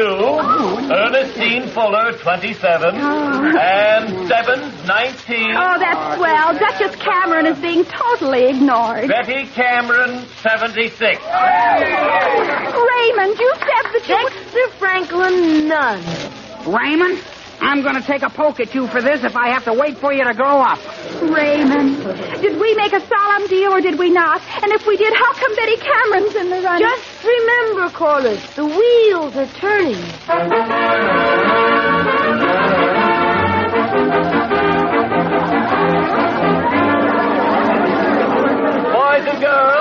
the semifinal return. Joanne Summers, 88. Ernestine Fuller, 102. Ann Stebbins, 117. Washington High finally crashed through. Jacqueline Pruitt, 67. Betty Cameron, 194. Well, I don't see what there is to cheer about. It just shows what you can do with a bottle of peroxide. I'll never give up wondering what people see in her. Say, Mr. Schroeder, you didn't read off all the returns, did you? All that came in, Martin. Just waiting on the finals any minute now. But what about Dexter Franklin? I voted for Dexter 3 times myself. If that lummox Martin Wilcox knows what's good for him, he'll keep his big mouth shut. I guess Dexter just isn't in the running, Martin. Oh, I don't see why not. He's a sweetheart if I ever saw one. You can carry that kind of talk too far, Wilcox. Oh, for Pete's sake, you don't have to get sore about it, Franklin. Maybe you can be Sweetheart of the Year next year. Wilcox, you just say sweetheart one more time and I'm coming over. Dexter, I absolutely forbid you to use violence in front of ladies in this store. If you and Martin want to fight, do it after the contest outside. Who we can all watch. Mildred, where could that Raymond have gone to? Probably under some rock. Oh, Corliss, look. Huh? It's Madame Pompadour Dewberry Cameron herself. Oh. And she's coming over to show off a little bit, I'll bet. Well, Mildred. Hello, Betty. And Corliss. My dear, it's been ages. I've missed you terribly. Really? Well, Betty, it looks like you've outsmarted the voters again. How do you do it? With mirrors? No, dear, with photographs. By the way, dear, where was your photograph? I looked all over the board and couldn't find it. Well, I didn't enter the contest, Betty. I figured the only way anybody ever wins is by simply begging one's friends to vote for one. Oh, was that the reason? I had the silly notion that after last year's contest, you decided it was all utterly hopeless. Well, au revoir, Corliss, dear, and I hope you don't get too ill from eating all those sour grapes. Goodbye, Mildred. Oh, it's positively sinful the amount I hate her. Oh, she's just a grade A number 1. And here comes another. Hello, Corliss. Back again. You want to see me? Raymond Ames, I demand to know what happened to our agreement. Or did your turning wheels go boom like a certain chemical set in a certain cellar? If you know what I mean. My plan worked beautifully. If your brilliant high school crowd wasn't so dumb, you'd have known that we grammar school students can vote in the contest, too. Meaning what? Meaning this. The right words in the right places to the right kids made them vote the way I wanted. You mean Betty didn't win after all? The boys vote anyway, I tell them. But who won? Who? I see Mr. Schroeder is about to announce the final official returns. I suggest you listen. All right, quiet. Everybody quiet. The official final returns in the Benson Sweetheart of the Year contest are as follows. Joanne Summers, 112. Ann Stebbins, 117. Ernestine Fuller, 137. Betty Cameron, 225. Quiet. I have one final name to call. Another name. Holy cow, what suspense. The last name with 236 votes. The winner and official Benson Sweetheart of the Year is Dexter Franklin. Dexter, you! Me, the sweetheart. Holy cow!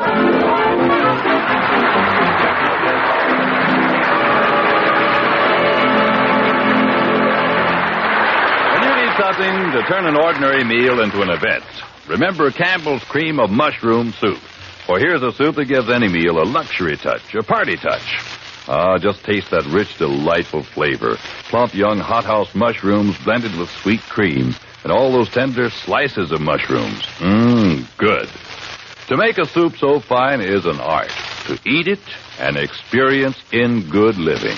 Have you served Campbell's Cream of Mushroom Soup at your house lately? Several hectic and, for Dexter, unhappy hours later, we find the Sweetheart of the Year taking advice where he finds it. Honest, Mr. Archer, if my old man should find out his only son has become Sweetheart of the Year, he'd wail the tar out of me. Well, don't worry about your dad, Dexter. I'll explain things to him. Just place your waters on the long-distance phone. Holy cow, who is it? Life magazine. They want to take pictures of you actually being crowned Sweetheart of the Year. Tell them no, that I absolutely forbid it. Forbid it? Dexter, one would almost think you were ashamed. After all, Dexter, there's me to consider, too. You? Certainly. When I gave the man the story, he practically promised I could be in almost every picture.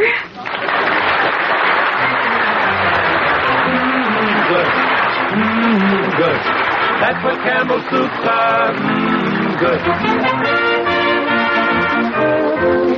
You just heard Meet Corliss Archer, starring Janet Waldo as Corliss with Sam Edwards as Dexter. Meet Corliss Archer is based upon characters created by F. Hugh Herbert. Music was composed and conducted by Charles Dance.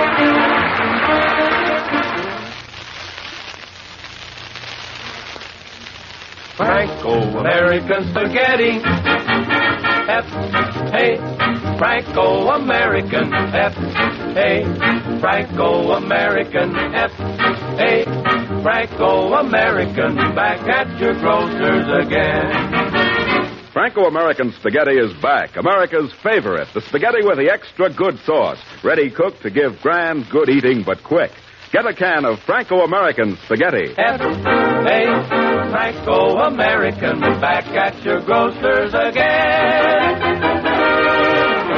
This is Del Sharbutt inviting you to listen in and meet Corliss Archer again next Sunday and bidding you good night. Meet Corliss Archer, Janet Waldo, starring as Corliss from 78 years ago, April 6th, 1947 on Classic Radio Theater with Wyatt Cox. Coming up tomorrow, and we didn't mention that earlier, the Kraft Music Hall with Groucho Marx and also the wonderful Al Jolson.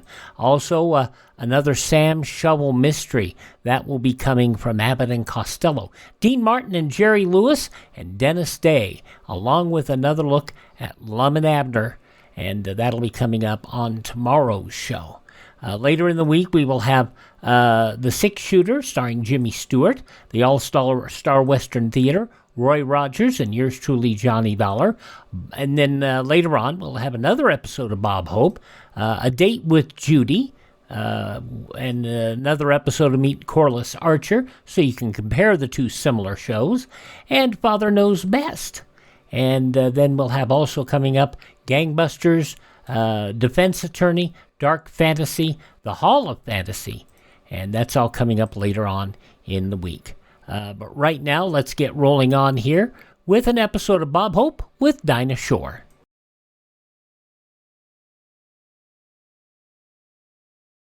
Ladies and gentlemen, make tomorrow your D-Day. Get an extra bond for defense. Step into any bank or post office and buy yourself a profitable share in America's future. As an investment, bonds are better than ever. They can help you save safely, conveniently, and profitably. So whether you already buy on the payroll savings plan where you work or the bond-a-month plan where you bank, get an extra bond for defense tomorrow.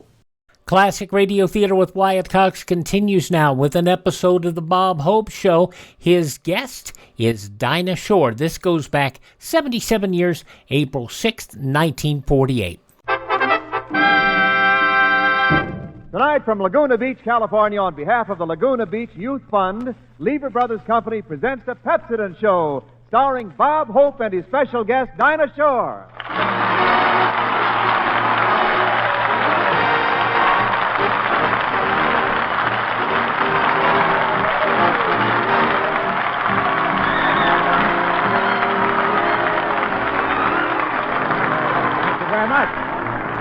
Thank you.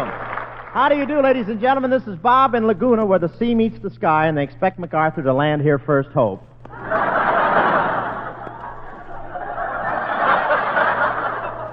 Telling you that even if you're too young to be affected by the congressional income tax cut, to use Pepsodent regularly without any scolding, and your teeth will never be exempted, and your kissing will always be withholding.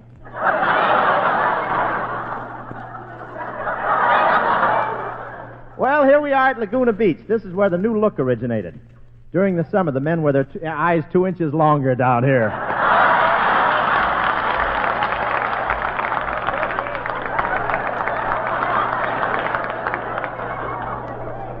Couldn't get my tongue into high. This is really an exclusive swimming hole. Any wave coming in without a white cap is stopped offshore and sent down to San Diego. They say Laguna is the Riviera of America. Only trouble here is so many people wear slacks you can't tell a niece from a nephew.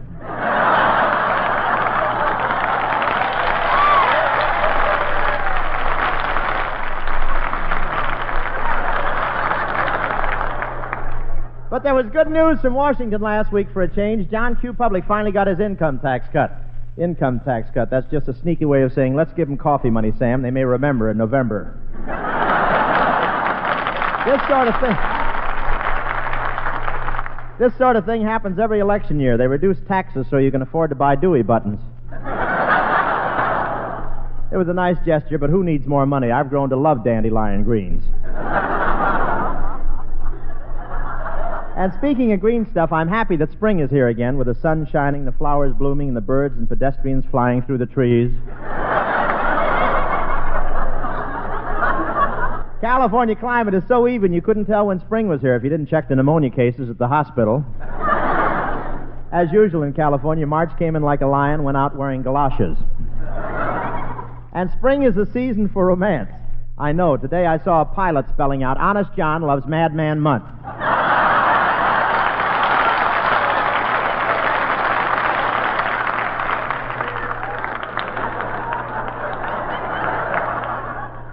Even the worst of enemies get filled with love this time of year. I looked in the refrigerator this morning, and the butter and the oleomargarine were snuggling. And it's very romantic in Hollywood. Luella and Hedda both reported that C. Aubrey Smith and Dame Mae Whitty are holding tea bags.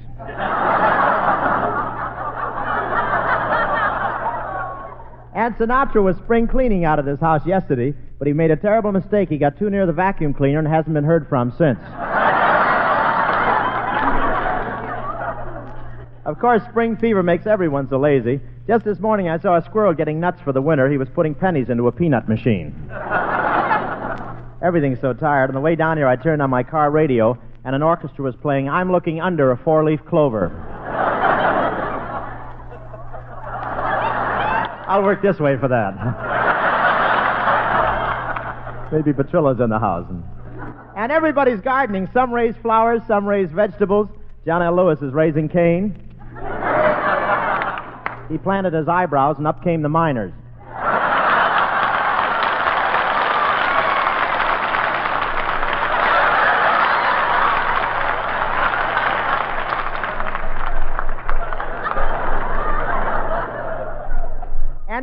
And now that it's spring, President Truman put a pot of geranium out on his balcony, and he waters it twice a day, waiting for Taft to walk underneath.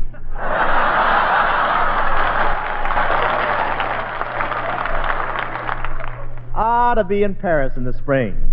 Ought to be anywhere these days before the Russians get there. But there'll be no spring in Moscow this year. Joe caught the groundhog reading Winchell.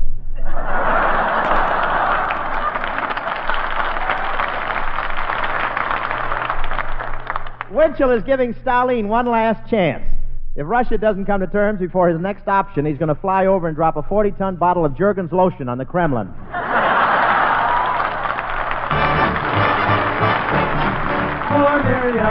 Poor Miriam, neglected using Miriam. So her sing and smile had no winning style. So folks, don't be like Miriam. Use Miriam. Pepsodent won by 3-1. Just recently, families from coast to coast, thousands of people, were asked to compare new Pepsodent toothpaste with the brands they'd been using at home.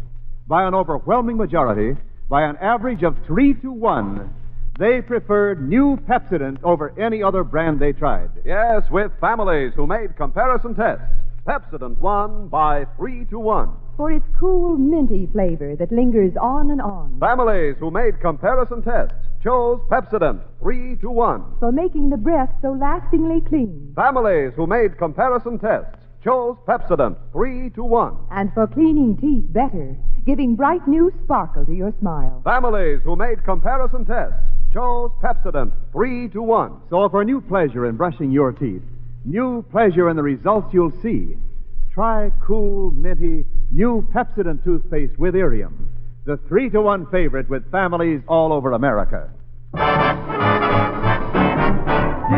Miriam, sweet Miriam. Now she's using Miriam. So her sing and smile has that winning style. So folks just be like Miriam. Use Miriam.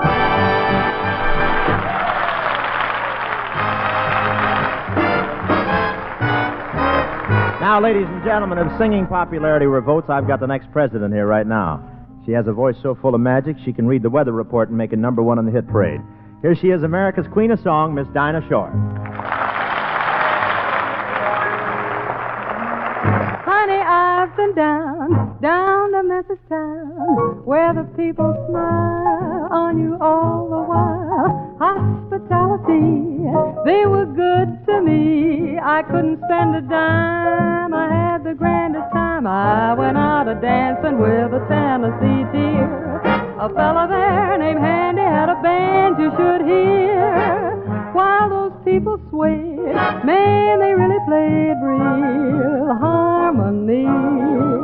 I never will forget the tune that Handy called the Memphis Blues. They got a fiddler there that always slickens his hair. Oh, Lordy, how he pulls on his bow. And when you hear that tune, listen to the trombones croon. Oh, it sounds just like a sinner on revival day. That melancholy strain, that ever-haunting refrain, it really sets you moaning a song. Here comes that very part, wraps a spell around my heart. Oh, it sets me wild to hear that loving tune again. Those Memphis Blues.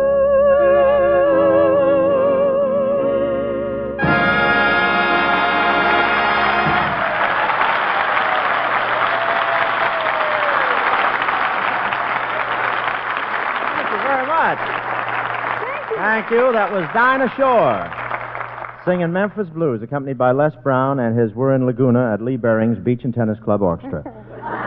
Dinah, that was swell. You're tops for my money. Money. That reminds me. Please don't spoil a beautiful friendship, please.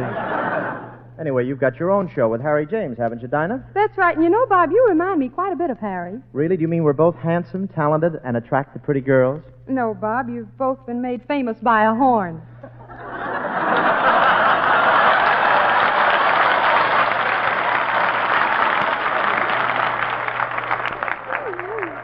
Not so loud. Petrillo's liable to ask me for dues. Oh, I do declare, honey, you're just the funniest man I ever saw in my life. You're from DeSouth, ain't you, Dinah? Well, yes, I am, Bob. How in the world can you tell? That's easy once you get the hang of it. But seriously, Dinah, I really love the way you handle a song. Thank you, Bob. You've always had a nice voice. Why is it you don't sing more often? I have an agreement with Crosby.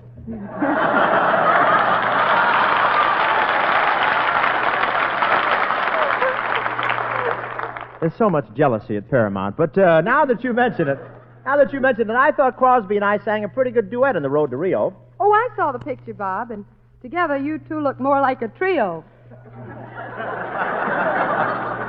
Well, our girdles didn't come back from the laundry in time. But you know, I did sing in my first picture. I sing the light stuff, you know. Oh, yeah. Well, why don't you sing more like Jolson, sincere and realistic? Well, you know, when he sings April showers, you can almost hear the rain. Rain. That's the water on his knees squishing into action.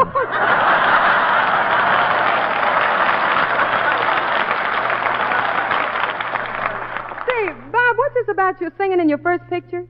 Oh, you remember the song. It's about two sleepy people. Oh. Say, Bob, why are they sleepy? Well, I have my regular listeners, you know. Here we are, out of cigarettes, holding hands and yawning, look how late it gets. Two sleepy people by dawn's early light, and too much in love to say goodnight. Gee, Robert, here we are, newlyweds in our own little apartment. Yeah, ain't it wonderful? Just 10 days ago, I carried you across that threshold. Yes. Robert, why are you looking so puzzled? Think I should let you down?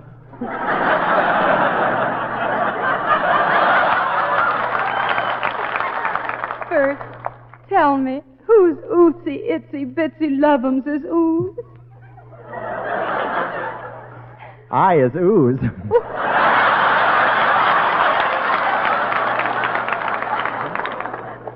Beg pardon? I is ooze. I like that. Oh. I is ooze. Oh, well, Ooze is my darling. And you, Ooze, has so much talent. Gee, I'll never forget how we met in the park. You were feeding nuts to the squirrels. Yes, and you keep beating the squirrels to the nuts. Yeah, when I looked at you, I forgot where I buried them. Robert, didn't your father ever tell you about the birds and the bees and the flowers? No, he just left me in the woods to learn for myself. Here we are in a cozy chair, picking on a wishbone from the Frigidaire. Two sleepy people with nothing to say, and too much in love to break away. Are you happy, Cream Puff? Oh, yes, Curdle.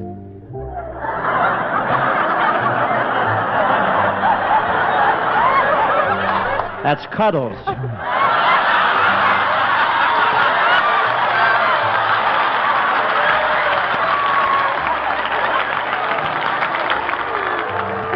Curdles. I'm sorry. I must look like an Ador milkman or something.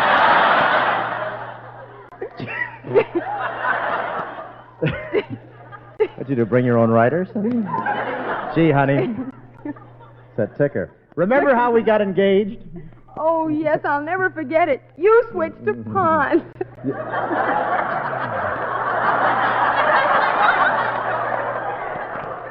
Well, I didn't want to be an old maid. And I'll never regret it, darling. Isn't marriage wonderful? Oh, it certainly is, dear. Shall I get your pipe and slippers? No, thanks. This time I think I'll use tobacco.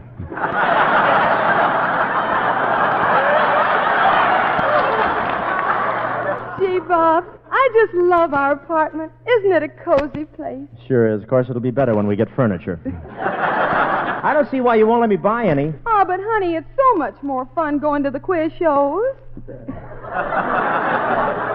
I hate quiz show, that Ralph Edwards and his consequences.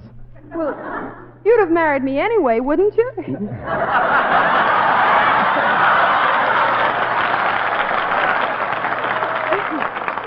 Do you remember the nights we used to linger in the hall? Father didn't like you at all. Do you remember the reason why we married in the fall? To rent this little nest and get a bit of rest. Oh, isn't it heavenly? Oh. Ah, you missed me. Sound like the UN moved in upstairs. Oh, no, that's the couple next door. They're celebrating their 10th anniversary. Oh. I've given you the best years of my life, and what have I got to show for it? Wrinkles, you prune face. Rob's dead! Don't think I haven't tried.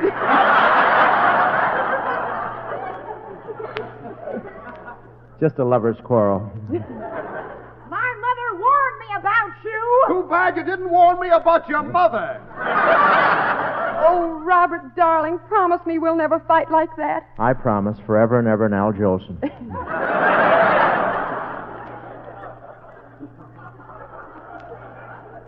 Oh, when I think of the men I could have married, it makes me sick. Wait a minute. I'll think of them, too, and get sick with you.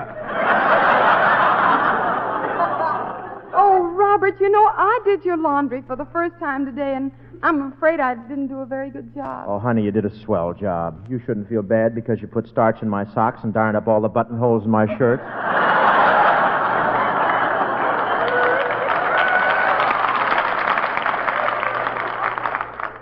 I've been ironing all day. How do you like the way I did your shirt? They look swell. That's good. Yeah.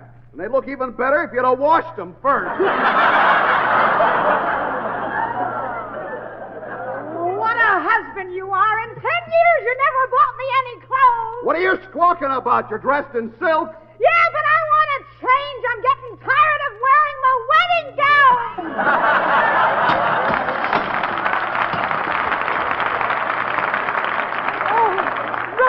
Robert, this is terrible. We've got to go over there and stop them before somebody gets hurt. Let's not. It's liable to be me. Come on, darling, let's hurry. There. Here we are. Quick now, knock on the door. Gee, it's got awful quiet in there. Oh, hello. Where's your husband? He's not home yet. Please, darling, no. I do love you. I do. Oh! Yeah, but what's that? The radio. I'm listening to Happiness House.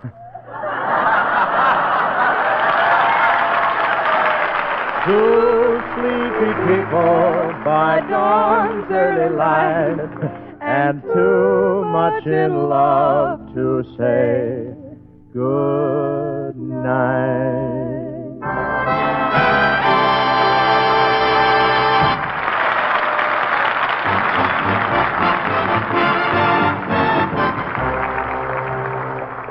Pepsodent won by 3-1. Yes, in a recent survey, families from coast to coast, thousands of people, compared new Pepsodent toothpaste with brands they'd been using at home. By an overwhelming average of 3-1, they preferred new Pepsodent toothpaste with Irium over any other brand they tried. The Harry Whiteside family of Sapulpa, Oklahoma, preferred new Pepsodent on every single count. Mrs. Whiteside says, Indeed, we do like Pepsodent. In fact, we think Pepsodent is the best toothpaste we ever tried. It's so wonderful for cleaning breath. And even my young son, Carl, notices how much brighter it makes his teeth. We all think Pepsodent's flavor is tops, too. And family after family agree with the Whitesides. Yes, with families who made comparison tests, Pepsodent won by 3-1. Get it without delay.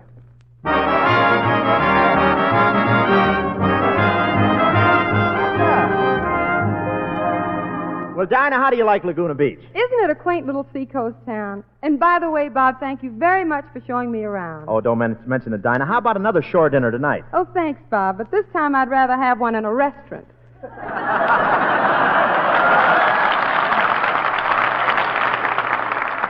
Well, don't be silly. The clams are fresher when you dig them yourself. Don't you think? Say, Bob, you know Laguna Beach is a famous artist retreat. It looks more like a complete surrender.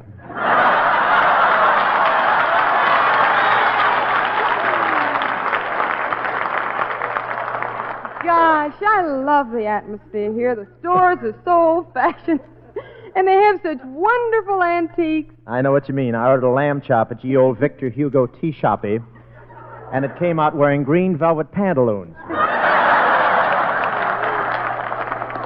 Yes, but it's a great town, and I like the natives here, Dinah. You know, they're such unusual types. You ought to hear what they say about you. That's very vague.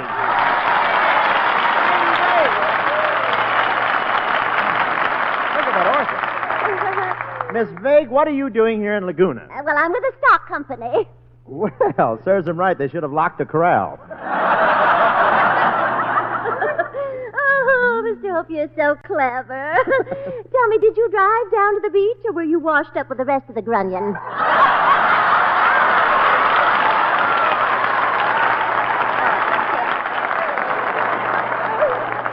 Oh, dear, I'm having so much fun down here. I love to go surfboarding, Mr. Hope. You surfboarding? Yes. Say, that's dangerous. Isn't it tough to stay on, Miss Vague? Oh, no, not for me. The last time I tried it, I stayed on the surfboard for hours. For hours? Yes, and then when I wasn't looking, some sneak pulled it into the water. Well, there's Dinah Shore. Oh, tell me, do you two know each other, Miss Vague? Oh, of course. She married one of my best dreams. Miss Vague and I are old friends, Bob. We have adjoining ranches in the valley. Yes, we do. Oh, I really love ranching, Dinah. It's so romantic. I know. But don't you think you're going a little too far, Miss Vague, branding all your cattle with your phone number?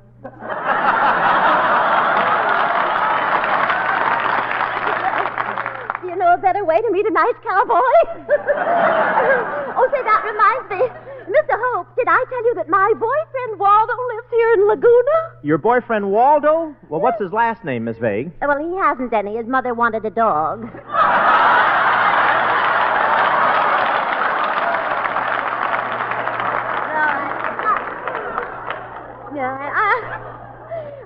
I'm only joking, really. His name is Waldo, and, he's happy every time he's with me. How do you know, Miss Vague? I can smell it on his breath. Yeah. No, as I started to say, I was going to say Waldo, is a very talented painter. He's a painter, and he likes the bottle, huh? No, Mr. Hope, he doesn't like the bottle. He doesn't? No, now he buys it in a keg. Oh, shame on me. Well, he must paint with 3 feathers instead of a brush.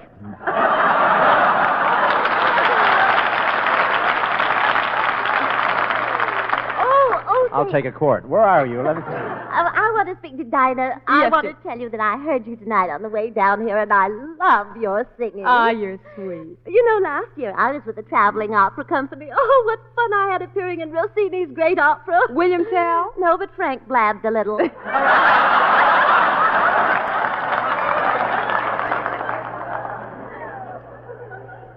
Well, look, if you like to sing, come along with us, Miss Vague. Dinah and I are going over to the Laguna Light Opera Company now and audition for parts. Oh, I'd love to. Let's go. The Laguna Light Opera. Here's the Opera House. Oh, look, Mr. Hope. My goodness, there's someone auditioning before the impresario now. Figaro, Figaro, Figaro, Figaro, Figaro. Next. Figaro, Figaro, Figaro, Figaro. Impresario, why do you keep shooting all the singers? Can't help it. I'm allergic to figs.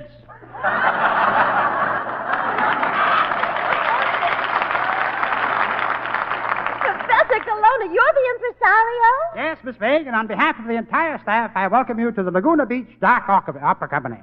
Professor, don't you mean the Laguna Beach Light Opera Company? No, forgot to pay the electric bill.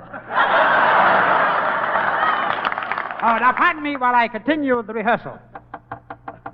Once more, gentlemen.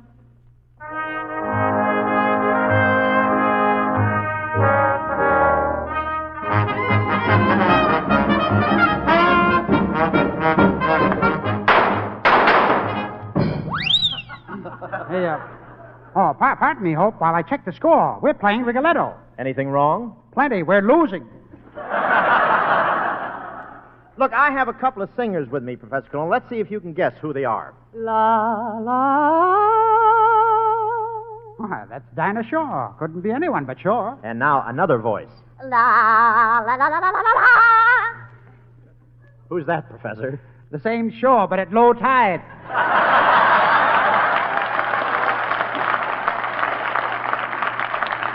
I want to audition for your opera company, too, Cologne. I'll give you a sample of my singing. Let me, well,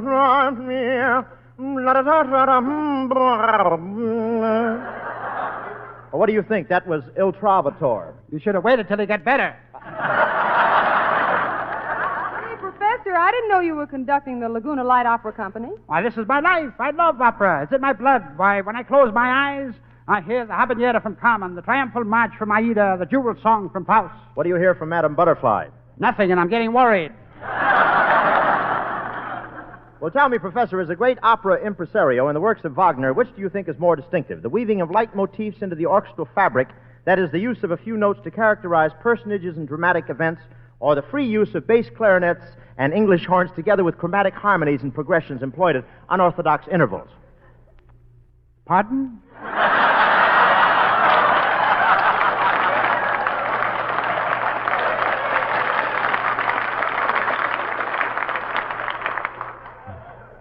I said, in the works of Wagner... Too late, the season is over.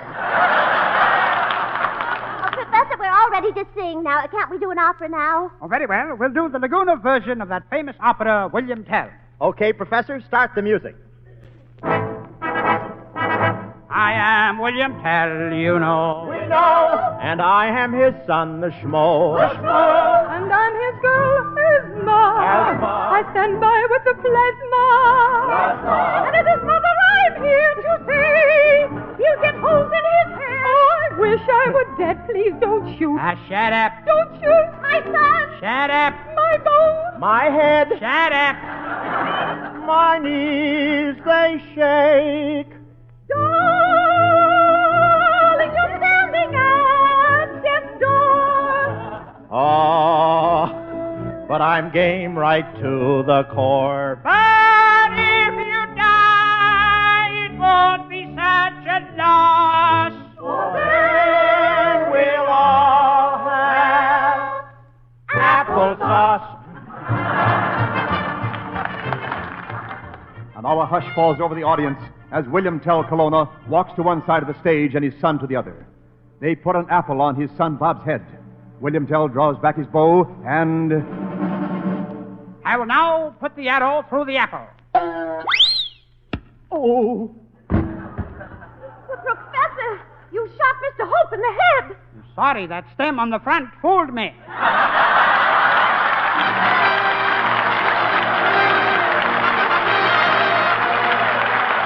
All thanks for old Dick Davis. That's all, huh? We're a little late. I want to thank Dinah Shore for the use of her wonderful voice, and thanks to you people of Laguna Beach for turning out in behalf of your local youth center. It's people like you who are holding down the biggest job in America, the job of turning out good citizens. All over the USA today, good citizens turned out to celebrate Army Day. And I suppose you've noticed that Army Day comes during Boys Club Week. I can't say if there's an official reason for that, but I will say this. If you have a son in the Boys Club, consider yourself lucky. And if you have a son in the Army, be proud, because, mister, you have a son who belongs to the finest club in America. And that's all for tonight, except a last-minute word to the Army.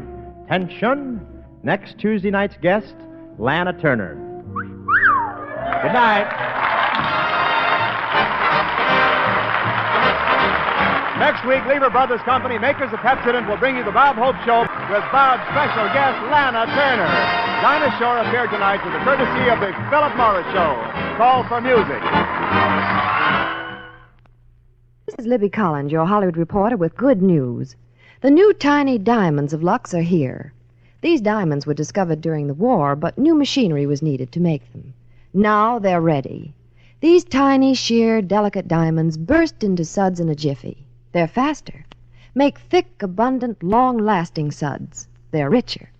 And they keep pretty under things lovely 3 times as long, tests prove. So avoid harsh washing methods. Get your new Lux diamonds tomorrow. This is NBC, the National Broadcasting Company. 77 years ago, April 6, 1948, here on Classic Radio Theater with Wyatt Cox. In just a moment, we will head back to 1942 and the premiere of a Lum and Abner movie.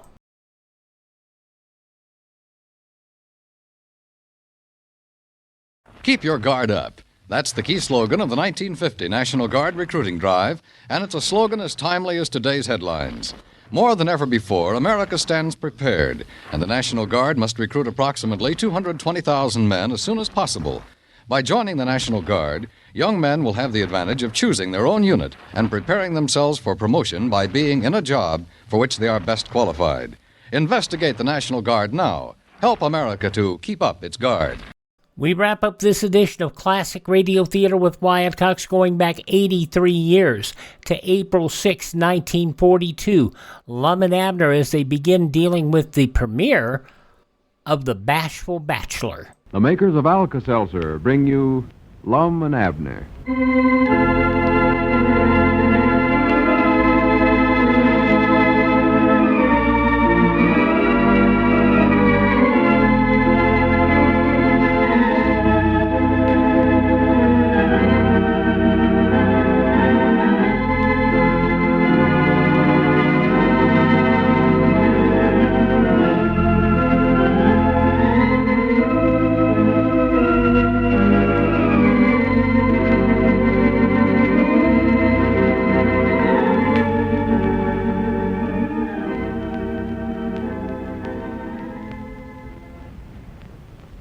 Friends, Lum and Abner have asked me to remind you that we all have a big job on our hands these days, making our country strong.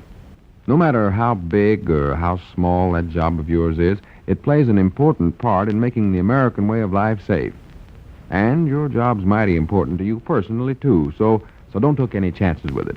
Always be prepared for quick, pleasant relief for the headaches, the minor stomach upsets, and the muscular aches and pains that can so easily keep you from doing your best work.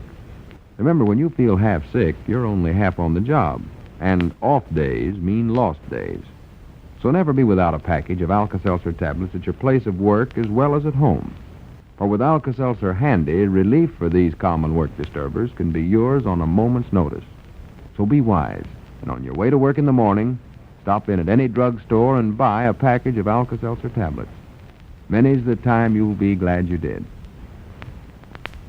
And now, let's see what's going on down in Pine Ridge.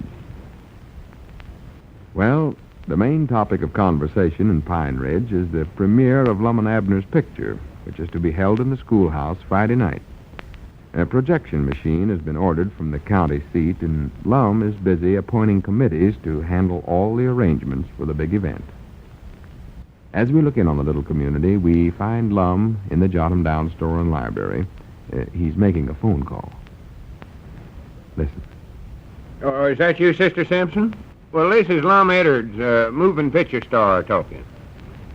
Ma? Oh, no, it don't feel no difference being a celebrity.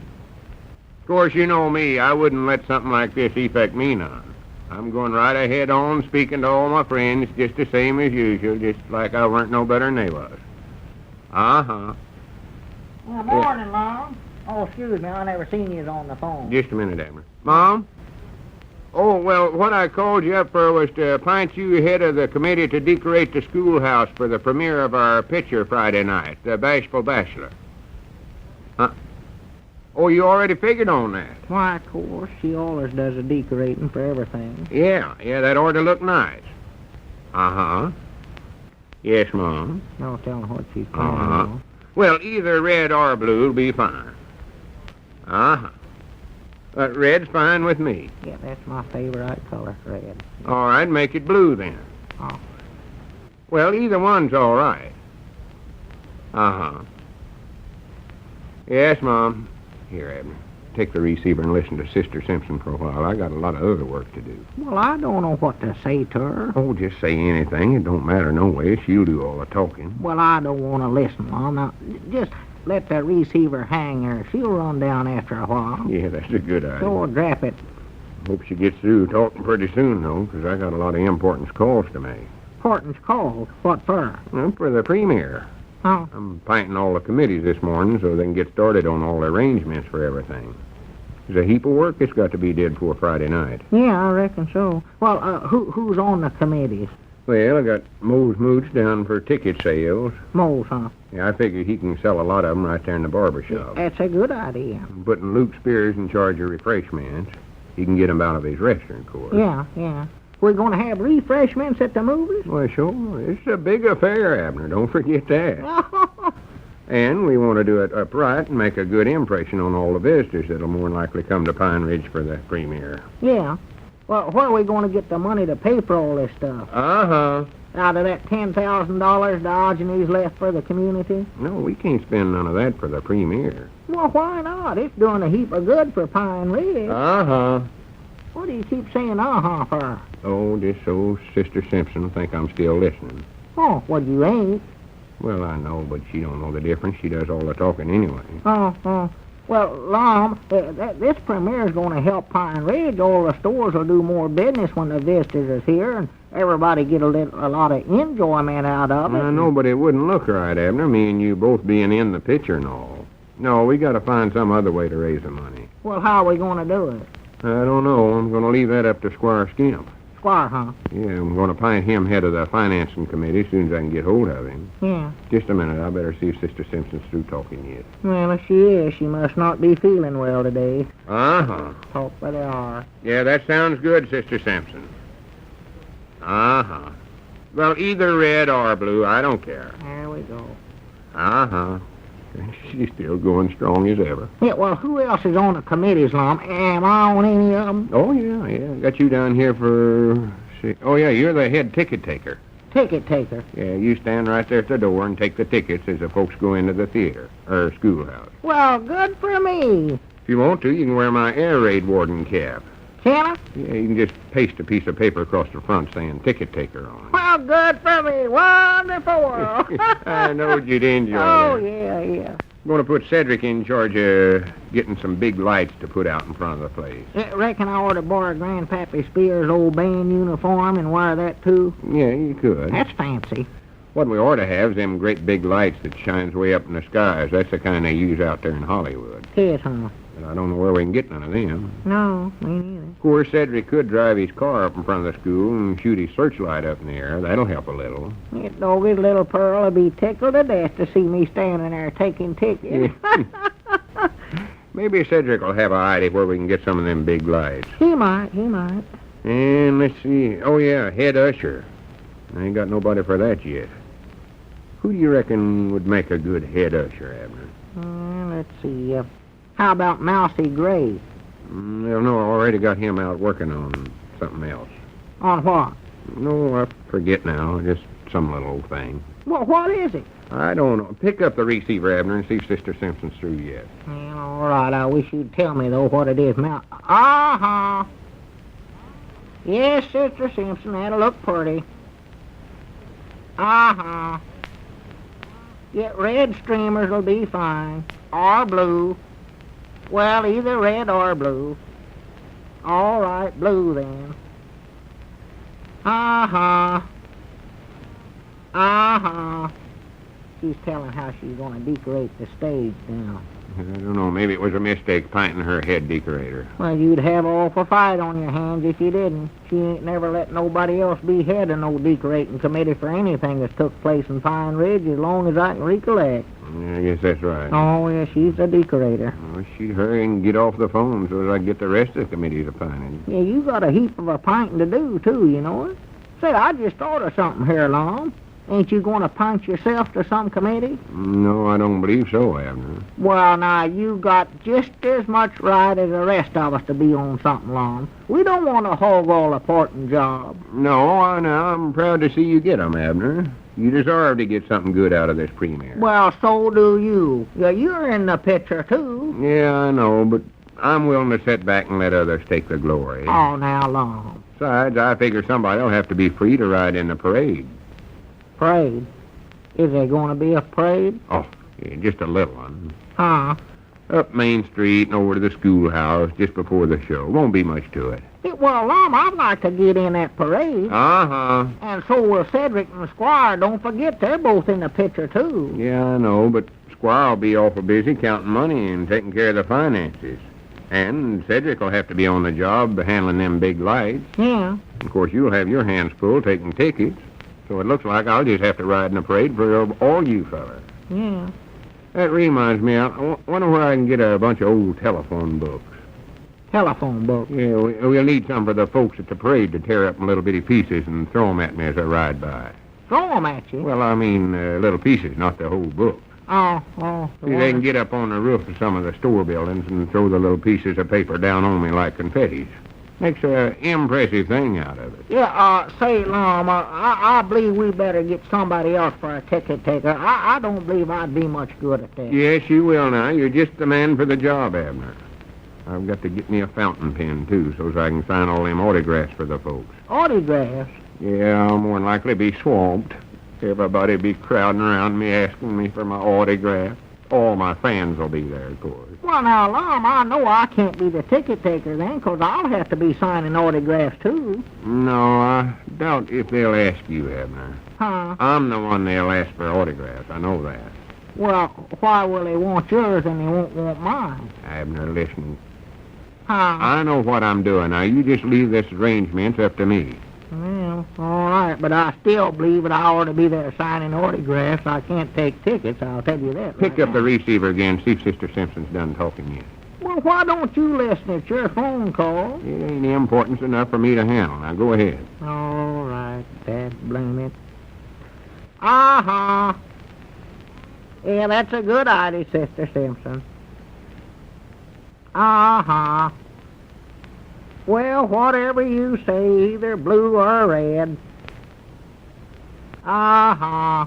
she's up to the rafters. Wonderful world, Mr. Long, Mr. Abner. Oh, Cedric, doggy, you always have to scare a feller when you come in the store. I seen him coming in. Well, I never meant to scare nobody. I just want to get some paper to write my name on.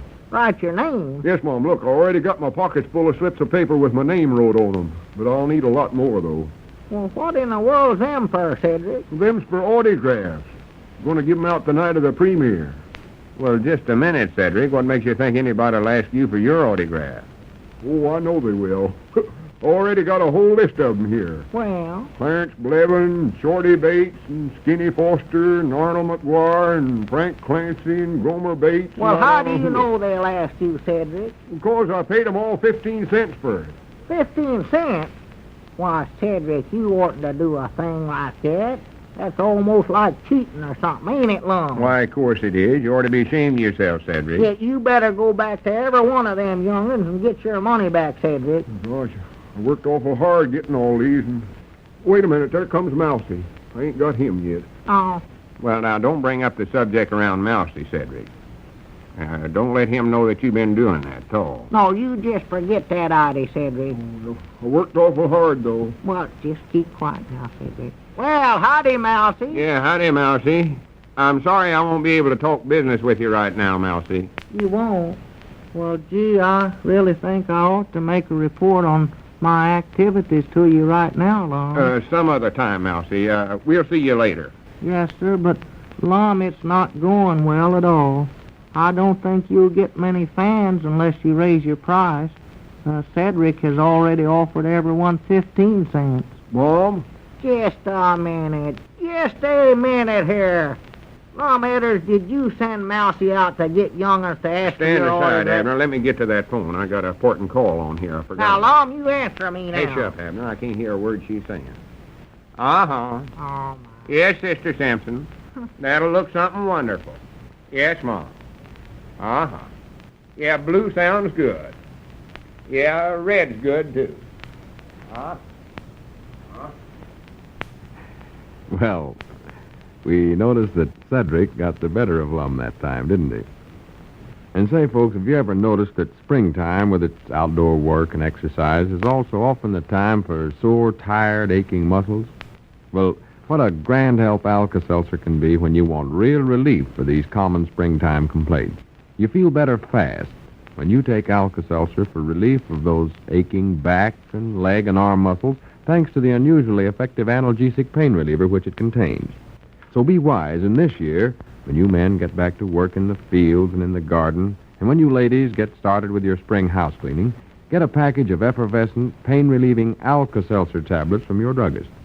And say, if the changeable spring weather causes you to catch cold, remember that Alka-Seltzer offers prompt relief in much of the misery, the headaches, dull, ache-all-over feeling of this common ailment, too. In fact, Alka-Seltzer has so many different uses. You'll want to keep a package of these modern effervescent tablets in your home always. So get one from your druggist right away. The sooner, the better.